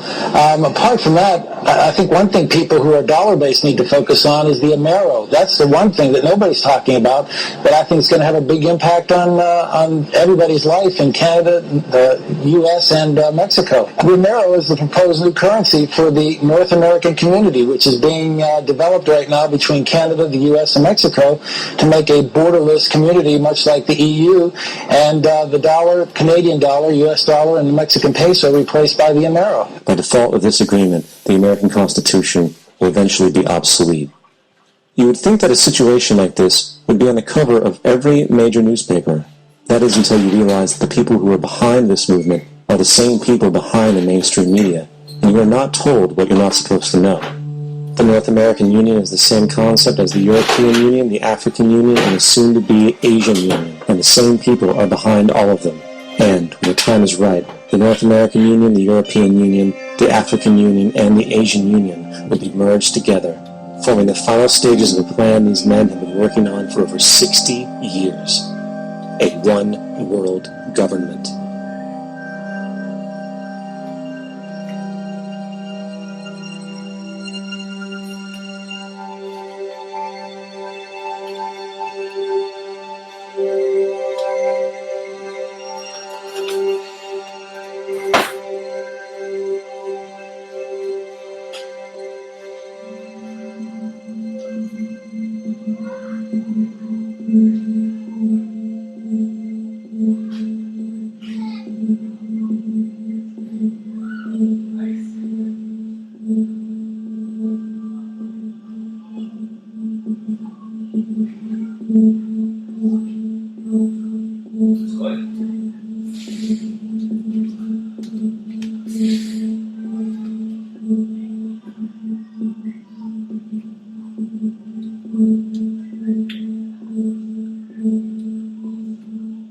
One bank, one army, one center of power. And if we have learned anything from history, it is that power corrupts, and absolute power corrupts absolutely.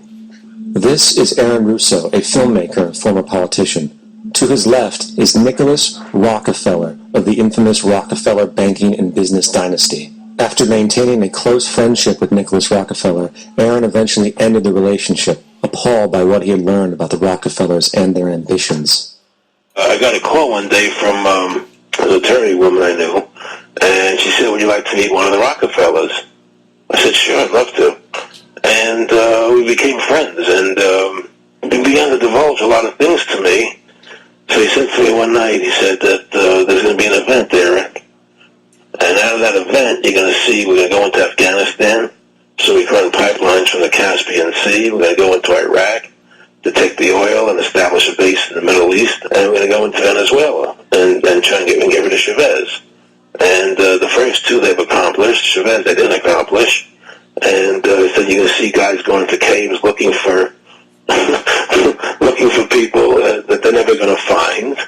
You know, he's laughing about the fact that you have this war on terror. There's no real enemy. He's talking about how by having this war on terror, you can never win it because it's an eternal war. And so you can always keep taking people's liberties away. And I said, how are you going to convince people that this war is real? He said, but the media. The media can convince everybody it's real. I mean, you know, it's just that you keep talking about things. You keep saying it over and over and over again, and eventually people believe it. You know, you created the Federal Reserve in 1913 through lies. You create 9/11, which is another lie. Through 9/11, then you're fighting a war on terror, and now all of a sudden you go into Iraq, which was another lie, and now they're going to do Iran. You know, and it's all one thing leading to another, leading to another, leading to another. Now, I would say that what are you doing this for? What's the point of this thing? You have all the money in the world you ever want. You have all the power. I said, you know, you're hurting people. It's not a good thing. And he would say, what do you care about the people for? Take care of yourself and take care of your family. And then I said to him, what are the ultimate goals here?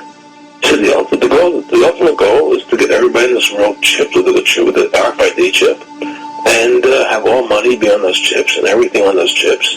And if anybody wants to protest what we do or violate what we want, we just turn off that chip. That's right, microchipped. In 2005, Congress, under the pretense of immigration control and the so-called war on terrorism, passed the REAL ID Act, under which it is projected by May 2008 you will be required to carry around a federal identification card, which includes on it a scannable barcode with your personal information. However, this barcode is only an intermediary step before the card is equipped with a VeriChip RFID tracking module, which will use radio frequencies to track your every move on the planet. If this sounds foreign to you, please note that the RFID tracking chip is already in all new American passports. And the final step is the implanted chip, which many people have already been manipulated into accepting under different pretenses. We have a Florida family who are really pioneers in a brave new world. They have volunteered to be the first ever to have microchip identification devices implanted into their body. After 9/11, I was really concerned with the security of my family. I wouldn't mind having something planted permanently in my arm that would identify me. In the end, everybody will be locked into a monitored control grid where every single action you perform is documented. And if you get out of line, they can just turn off your chip, for at that point in time, every single aspect of society will revolve around interactions with the chips. This is the picture that is painted for the future if you open your eyes to see it. A centralized one-world economy where everyone's moves and everyone's transactions are tracked and monitored, all rights removed. The most incredible aspect of all. These totalitarian elements will not be forced upon the people. The people will demand them. For the social manipulation of society through the generation of fear and division has completely detached humans from their sense of power and reality. A process which has been going on for centuries, if not millennia. Religion, patriotism, race, wealth, class, and every other form of arbitrary, separatist identification, and thus conceit, has served to create a controlled population, utterly malleable in the hands of the few. Divide and conquer is the motto, and as long as people continue to see themselves as separate from everything else, they lend themselves to being completely enslaved. The men behind the curtain know this, and they also know that if people ever realize the truth of their relationship to nature, and the truth of their personal power, the entire manufactured zeitgeist they prey upon will collapse like a house of cards.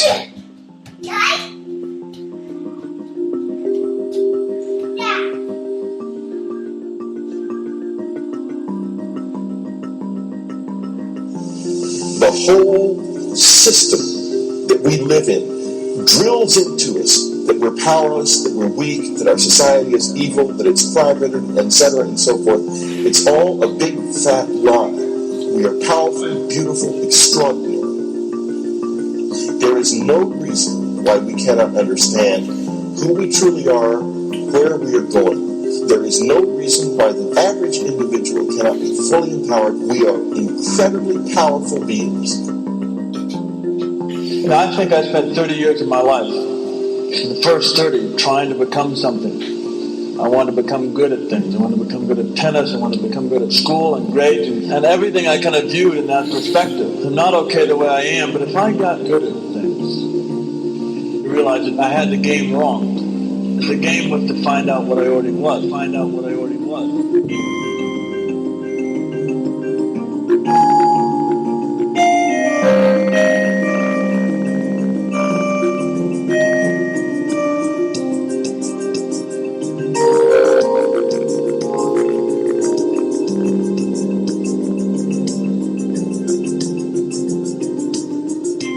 Now, in our culture, we've been trained for individual differences to stand out. So you look at each person, immediately it is brighter, dumber, older, younger, richer, poorer, and we make all these dimensional distinctions, put them in categories and treat them that way. And we get so that we only see others as separate from ourselves in the ways in which they're separate. And one of the dramatic characteristics of experience is being with another person and suddenly seeing the ways in which they are like you or different from you. And experiencing the fact that that which is essence in you and which is essence in me is indeed one. The understanding that there is no other. It is all one. And I wasn't born Richard Albert. I was just born as a human being. And then I learned this whole business of who I am and whether I'm good or bad or achieving or not. All that's learned along the way.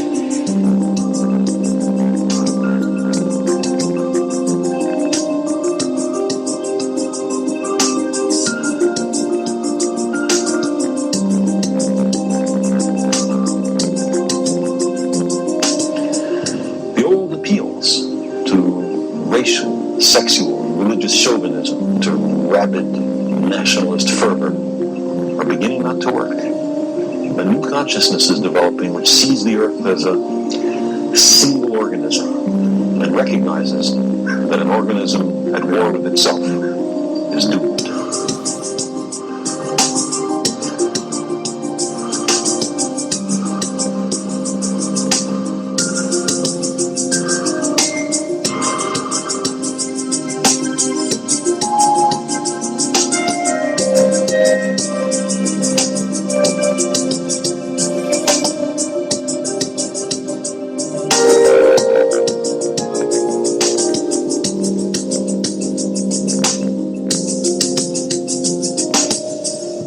Bill Hicks used to finish his shows with this. Life's like a ride in an amusement park. And when you go on it, you think it's real, because that's how powerful our minds are. And the ride goes up and down and round and round. It has thrills and chills, and it's very brightly colored. And it's very loud, and it's fun for a while. Some have been on the ride for a long time, and they begin to question, is this real, or is this just a ride? And other people have remembered, and they come back to us, and they say, hey, don't worry, don't be afraid ever, because this is just a ride. And we kill those people. Shut him up, I've got a lot invested in this ride. Shut him up! Look at my furrows of worry. Look at my big bank account and my family. This has to be real. It's just a ride. We want to kill those good guys who try and tell us that. You ever notice that? They let the demons run amok.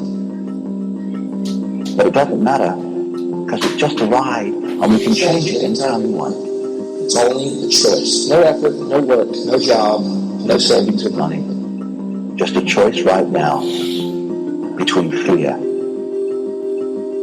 and love.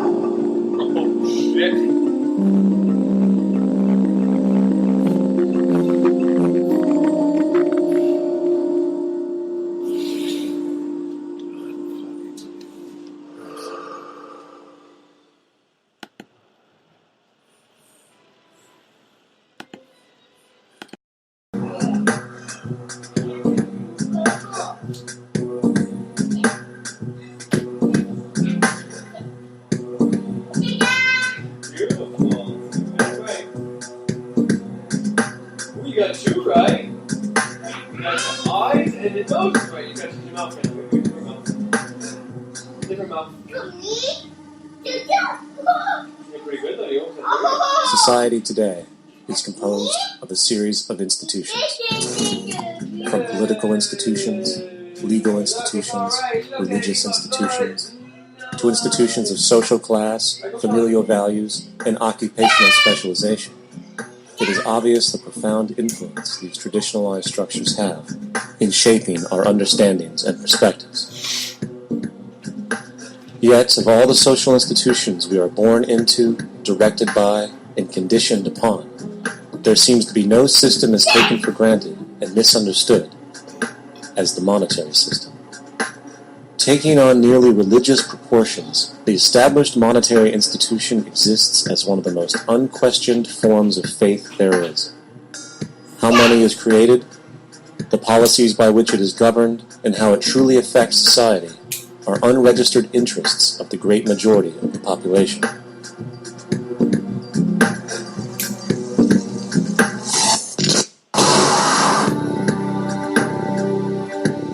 In a world where 1% of the population owns 40% of the planet's wealth, in a world where 34,000 children die every single day from poverty and preventable diseases, and where 50% of the world's population lives on less than $2 a day, one thing is clear: something is very wrong.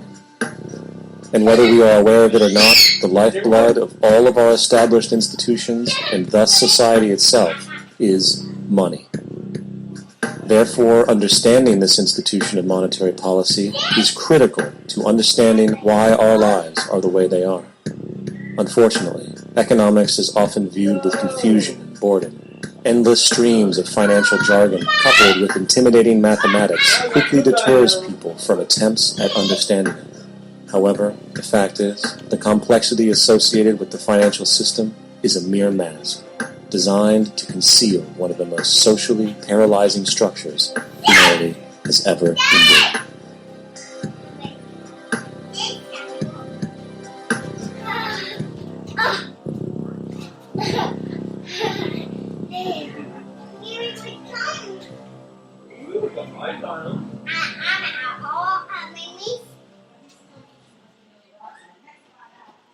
A number of years ago, the Central Bank of the United States, the Federal Reserve, produced a document entitled Modern Money Mechanics. This publication detailed the institutionalized practice of money creation as utilized by the Federal Reserve and the web of global commercial banks it supports. On the opening page, the document states its objective. The purpose of this booklet is to describe the basic process of money creation in a fractional reserve banking system. It then proceeds to describe this fractional reserve process through various banking terminology, a translation of which goes something like this. The United States government decides it needs some money, so it calls up the Federal Reserve and requests, say, $10 billion. The Fed replies, saying, sure, we'll buy $10 billion in government bonds from you. So the government takes some pieces of paper, paints some official-looking designs on them, and calls them treasury bonds. Then it puts a value on these bonds to the sum of $10 billion and sends them over to the Fed. In turn, the people at the Fed draw up a bunch of impressive pieces of paper themselves, only this time calling them Federal Reserve notes, also designating a value of $10 billion to the set. The Fed then takes these notes and trades them for the bonds. Once this exchange is complete, the government then takes the $10 billion in Federal Reserve notes and deposits it into a bank account. And upon this deposit, paper notes officially become legal tender money, adding $10 billion to the U.S. money supply. And there it is. $10 billion in new money has been created. Of course, this example is a generalization, for, in reality, this transaction would occur electronically, with no paper used at all. In fact, only 3% of the U.S. money supply exists in physical currency. The other 97% essentially exists in computers alone. Now, government bonds are, by design, instruments of debt, and when the Fed purchases these bonds, with money it essentially created out of thin air, the government is actually promising to pay back that money to the Fed. In other words, the money was created out of debt. This mind-numbing paradox of how money or value can be created out of debt or a liability will become more clear as we further this exercise. So, the exchange has been made, and now $10 billion sits in a commercial bank account. Here's where it gets really interesting. For as based on the fractional reserve practice, that $10 billion deposit instantly becomes part of the bank's reserves, just as all deposits do.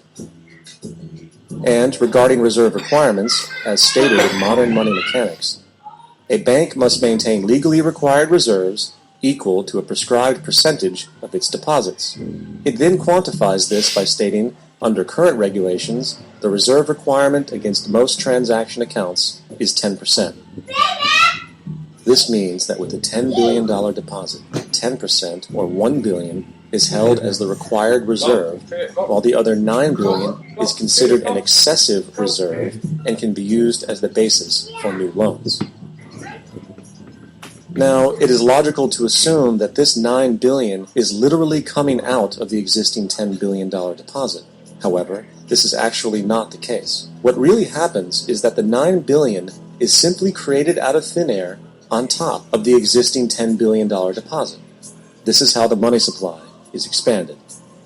As stated in modern money mechanics, of course they, the banks, do not really pay out loans from the money they receive as deposits. If they did this, no additional money would be created.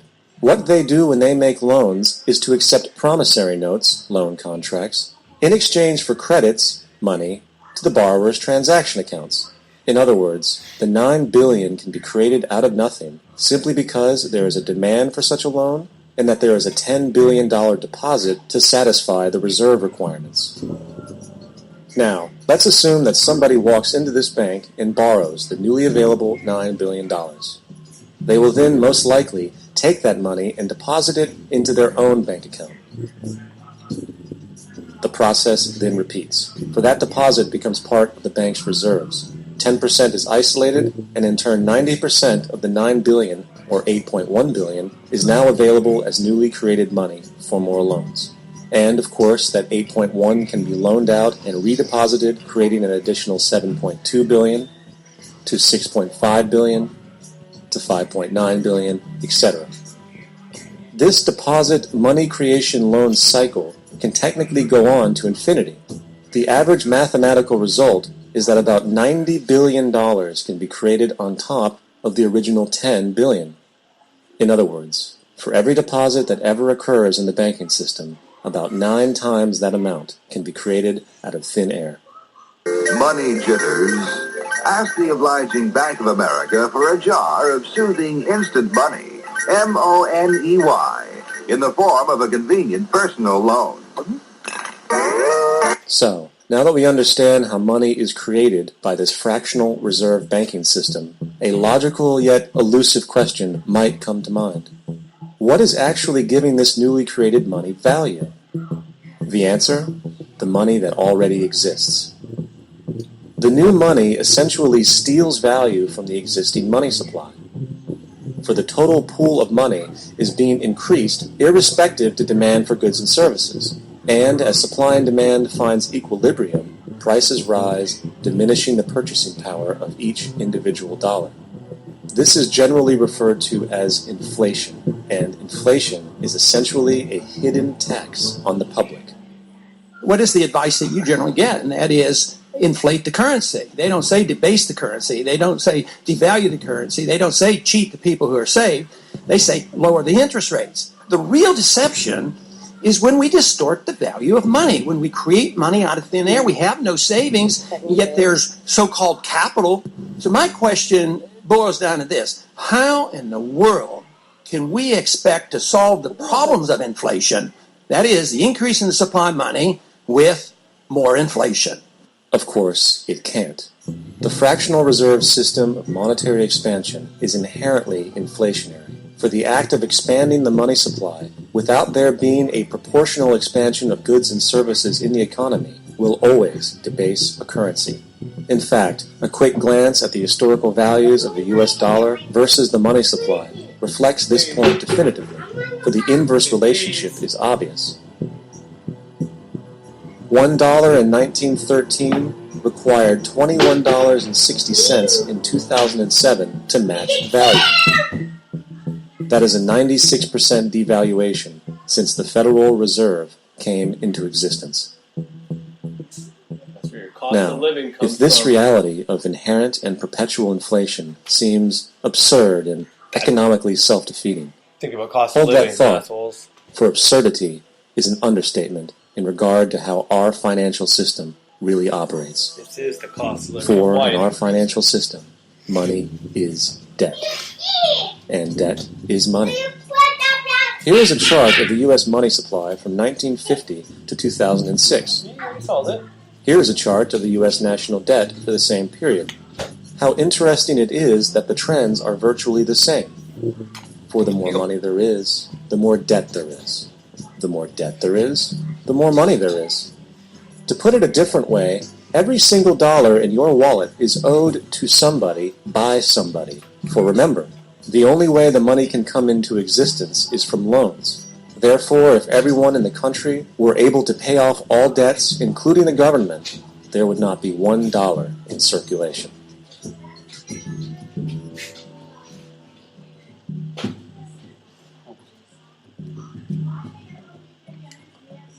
Your game. In fact, the last time in American history the national debt was completely paid off was in 1835 after President Andrew Jackson shut down the central bank that preceded the Federal Reserve. In fact, Jackson's entire political platform essentially revolved around his commitment to shut down the central bank, stating at one point, "The bold efforts the present bank has made to control the government are but premonitions of the fate that awaits the American people should they be deluded into a perpetuation of this institution or the establishment of another like it."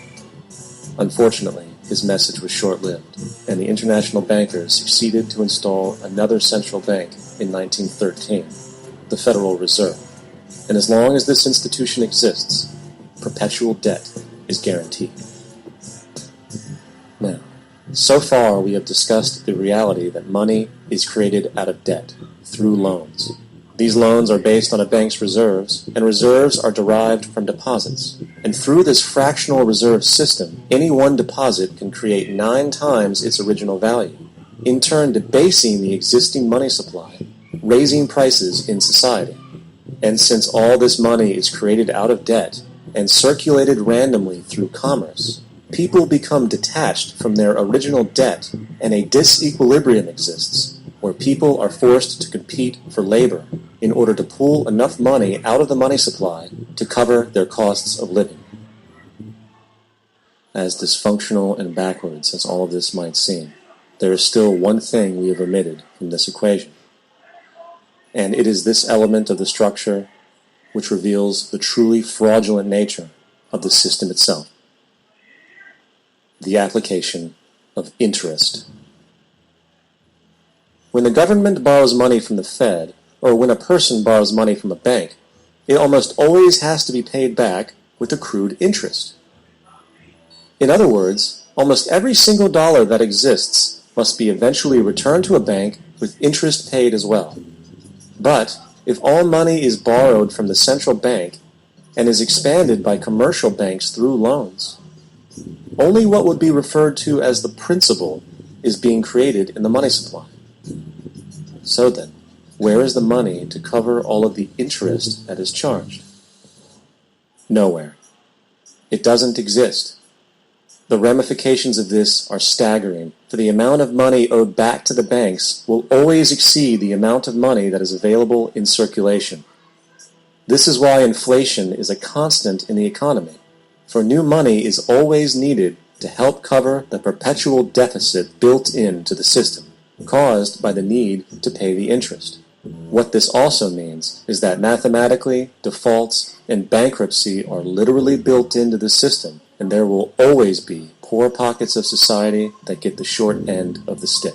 An analogy would be a game of musical chairs, for once the music stops, somebody is left out to dry. And that's the point. It invariably transfers true wealth from the individual to the banks. For if you are unable to pay for your mortgage, they will take your property. This is particularly enraging when you realize that not only is such a default inevitable due to the fractional reserve practice, but also because of the fact that the money that the bank loaned to you didn't even legally exist in the first place. In 1969, there was a Minnesota court case involving a man named Jerome Daly, who was challenging the foreclosure of his home by the bank which provided the loan to purchase it. His argument was that the mortgage contract required both parties, being he and the bank, each put up a legitimate form of property for the exchange. In legal language, this is called consideration.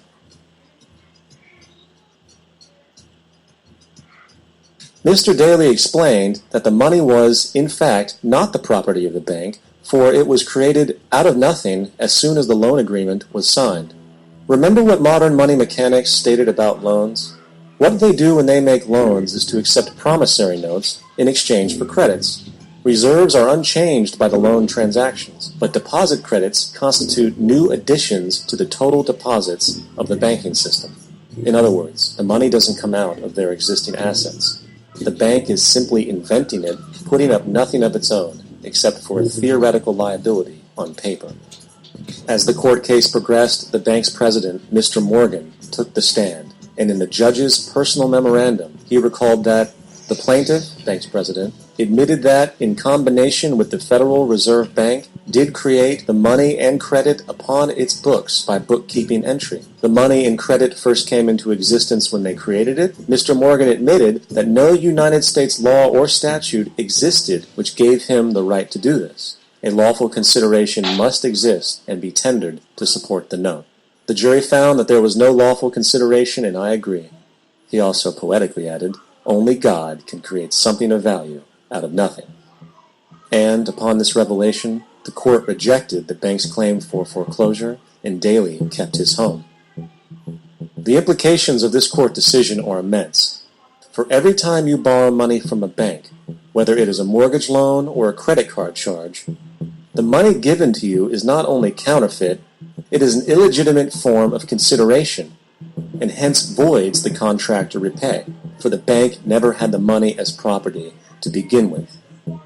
Unfortunately, such legal realizations are suppressed and ignored, and the game of perpetual wealth transfer and perpetual debt continues. And this brings us to the ultimate question. Why? During the American Civil War, President Lincoln bypassed the high-interest loans offered by the European banks and decided to do what the Founding Fathers advocated, which was to create an independent and inherently debt-free currency. It was called the greenback. Shortly after this measure was taken, an internal document circulated between private British and American banking interests stated, "Slavery is but the owning of labor, and carries with it the care of laborers, while the European plan is that capital shall control labor by controlling wages. This can be done by controlling the money. It will not do to allow the greenback, as we cannot control that." The fractional reserve policy perpetrated by the Federal Reserve. The court rejected the bank's claim for foreclosure, and Daly kept his home. The implications of this court decision are immense. For every time you borrow money from a bank, whether it is a mortgage loan or a credit card charge, the money given to you is not only counterfeit, it is an illegitimate form of consideration, and hence voids the contract to repay, for the bank never had the money as property to begin with. Unfortunately, such legal realizations are suppressed and ignored, and the game of perpetual wealth transfer and perpetual debt continues. And this brings us to the ultimate question. Why? During the American Civil War, President Lincoln bypassed the high-interest loans offered by the European banks and decided to do what the Founding Fathers advocated, which was to create an independent and inherently debt-free currency. It was called the greenback. Shortly after this measure was taken, an internal document circulated between private British and American banking interests stated, "Slavery is but the owning of labor, and carries with it the care of laborers, while the European plan is that capital shall control labor by controlling wages. This can be done by controlling the money. It will not do to allow the greenback, as we cannot control that. The fractional reserve policy perpetrated by the Federal Reserve, which has spread in practice to the great majority of banks in the world, is, in fact, a system of modern slavery. Think about it. Money is created out of debt. And what do people do when they are in debt? They submit to employment to pay it off. But if money can only be created out of loans, how can society ever be debt-free? It can't. And that's the point. And it is the fear of losing assets coupled with the struggle to keep up with the perpetual debt and inflation inherent in the system, compounded by the inescapable scarcity within the money supply itself, created by the interest that can never be repaid, that keeps the wage slave in line, running on the hamster wheel with millions of others, in effect powering an empire that truly benefits only the elite at the top of the pyramid. For, at the end of the day, who are you really working for? The banks. Money is created in a bank and invariably ends up in a bank. They are the true masters, along with the corporations and governments they support. Physical slavery requires people to be housed and fed. Economic slavery requires people to feed and house themselves. It is one of the most ingenious scams for social manipulation ever created, and at its core, it is an invisible war against the population. Debt is the weapon used to conquer and enslave societies, and interest is its prime ammunition. And as the majority walks around oblivious to this reality, the banks, in collusion with governments and corporations, continue to perfect and expand their tactics of economic warfare, spawning new bases, such as the World Bank and International Monetary Fund, while also inventing a new type of soldier, the birth of the economic hitman.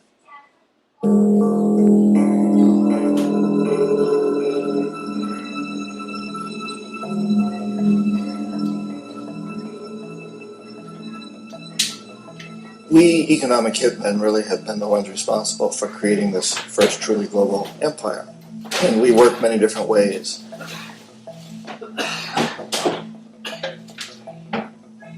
But perhaps the most common is that we will identify a country that has resources our corporations covet, like oil, and then arrange a huge loan to that country from the World Bank or one of its sister organizations. But the money never actually goes to the country. Instead, it goes to our big corporations to build infrastructure projects in that country, power plants, industrial parks, ports, things that benefit a few rich people in that country, in addition to our corporations, but really don't help the majority of the people at all. However, those people, the whole country is left holding a huge debt. It's such a big debt they can't repay it, and that's part of the plan, that they can't repay it. And so at some point, we economic hitmen go back to them and say, listen, you owe us a lot of money, you can't pay your debt, so sell your oil real cheap to our oil companies. Allow us to build a military base in your country, or send troops in support of ours to someplace in the world like Iraq, or vote with us on the next UN vote, to have their electric utility company privatized and their water and sewage system privatized and sold to U.S. corporations or other multinational corporations. So there was a whole mushrooming thing, and it's so typical of the way the IMF and the World Bank work. They put a country in debt, it's such a big debt it can't pay it, and then you offer to refinance that debt and pay even more interest. And you demand this quid pro quo, which you call a conditionality or good governance, which means basically that they've got to sell off their resources, including many of their social services, their utility companies, their school systems sometimes, their penal systems, their insurance systems, to foreign corporations. So it's a double, triple, quadruple whammy. The precedent for economic hitmen really began back in the early 50s when democratically elected Mossadegh, who was elected in Iran, he was considered to be the hope for democracy in the Middle East and around the world. He was Time Magazine's Man of the Year. But one of the things that he'd run on and began to implement was the idea that foreign oil companies needed to pay the Iranian people a lot more for the oil that they were taking out of Iran. The Iranian people should benefit from their own oil. Strange policy. We didn't like that, of course. But we were afraid to do what we normally were doing, which was to send in the military. Instead, we sent in one CIA agent, Kermit Roosevelt, Teddy Roosevelt's relative. And Kermit went in with a few $1 million and was very, very effective and efficient. And in a short amount of time, he managed to get Mossadegh overthrown and brought in the Shah of Iran to replace him, who always was favorable to oil. And it was extremely effective. Mobs overflow Tehran. Army officers shout that Mossadegh has surrendered and his regime as virtual dictator of Iran is ended. Pictures of the Shah are paraded through the streets as sentiment reverses. The Shah is welcomed home. So back here in the United States, in Washington, people looked around and said, wow, that was easy and cheap. So this established a whole new way of manipulating countries, of creating empire. The only problem with Roosevelt was that he was a card-carrying CIA agent, and had he been caught, the ramifications could have been pretty serious. So very quickly at that point, the decision was made to use private consultants to channel the money through the World Bank or the IMF or one of the other such agencies, to bring in people like me who worked for private companies, so that if we got caught, there would be no governmental ramifications.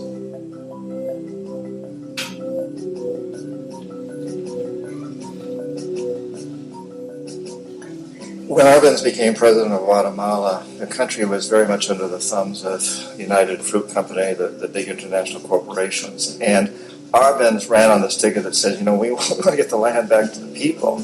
And once he took power, he was implementing policies that would do exactly that, give the land rights back to the people. United Fruit didn't like that very much. And so they hired a public relations firm, launched a huge campaign in the United States to convince the United States, the people, the citizens of the United States, and the press of the United States, and the Congress of the United States, that Arbenz was a Soviet puppet, and that if we allowed him to stay in power, the Soviets would have a foothold in this hemisphere. And that, at that point in time, was a huge fear on everybody's mind, the Red Terror, the Communist Terror. And so, to make a long story short, out of this public relations campaign came a commitment on the part of the CIA and the military to take this man out. And in fact, we did. We sent in planes, we sent in soldiers, we sent in jackals, we sent everything in to take him out, and did take him out. And as soon as he was removed from office, the new guy that took over after him basically reinstated everything to the big international corporations, including United Fruit.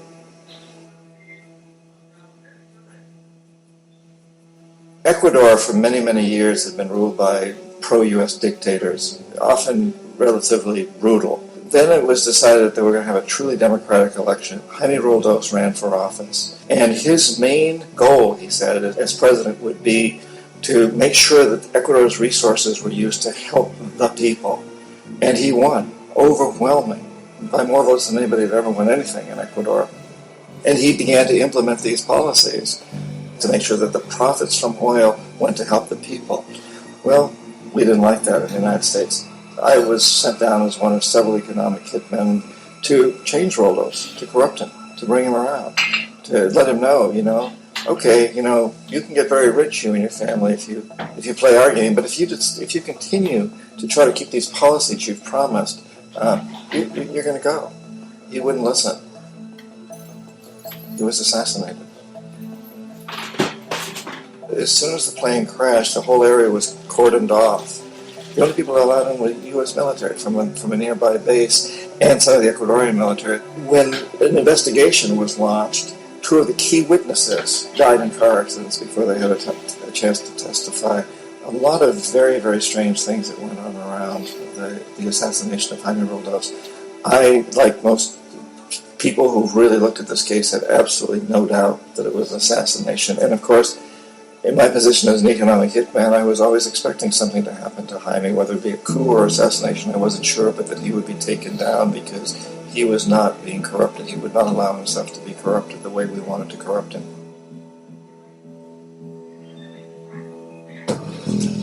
Omar Torrijos, president of Panama, was, one of my favorite people. I really, really liked him. He was very charismatic. He was a guy who really wanted to help his country.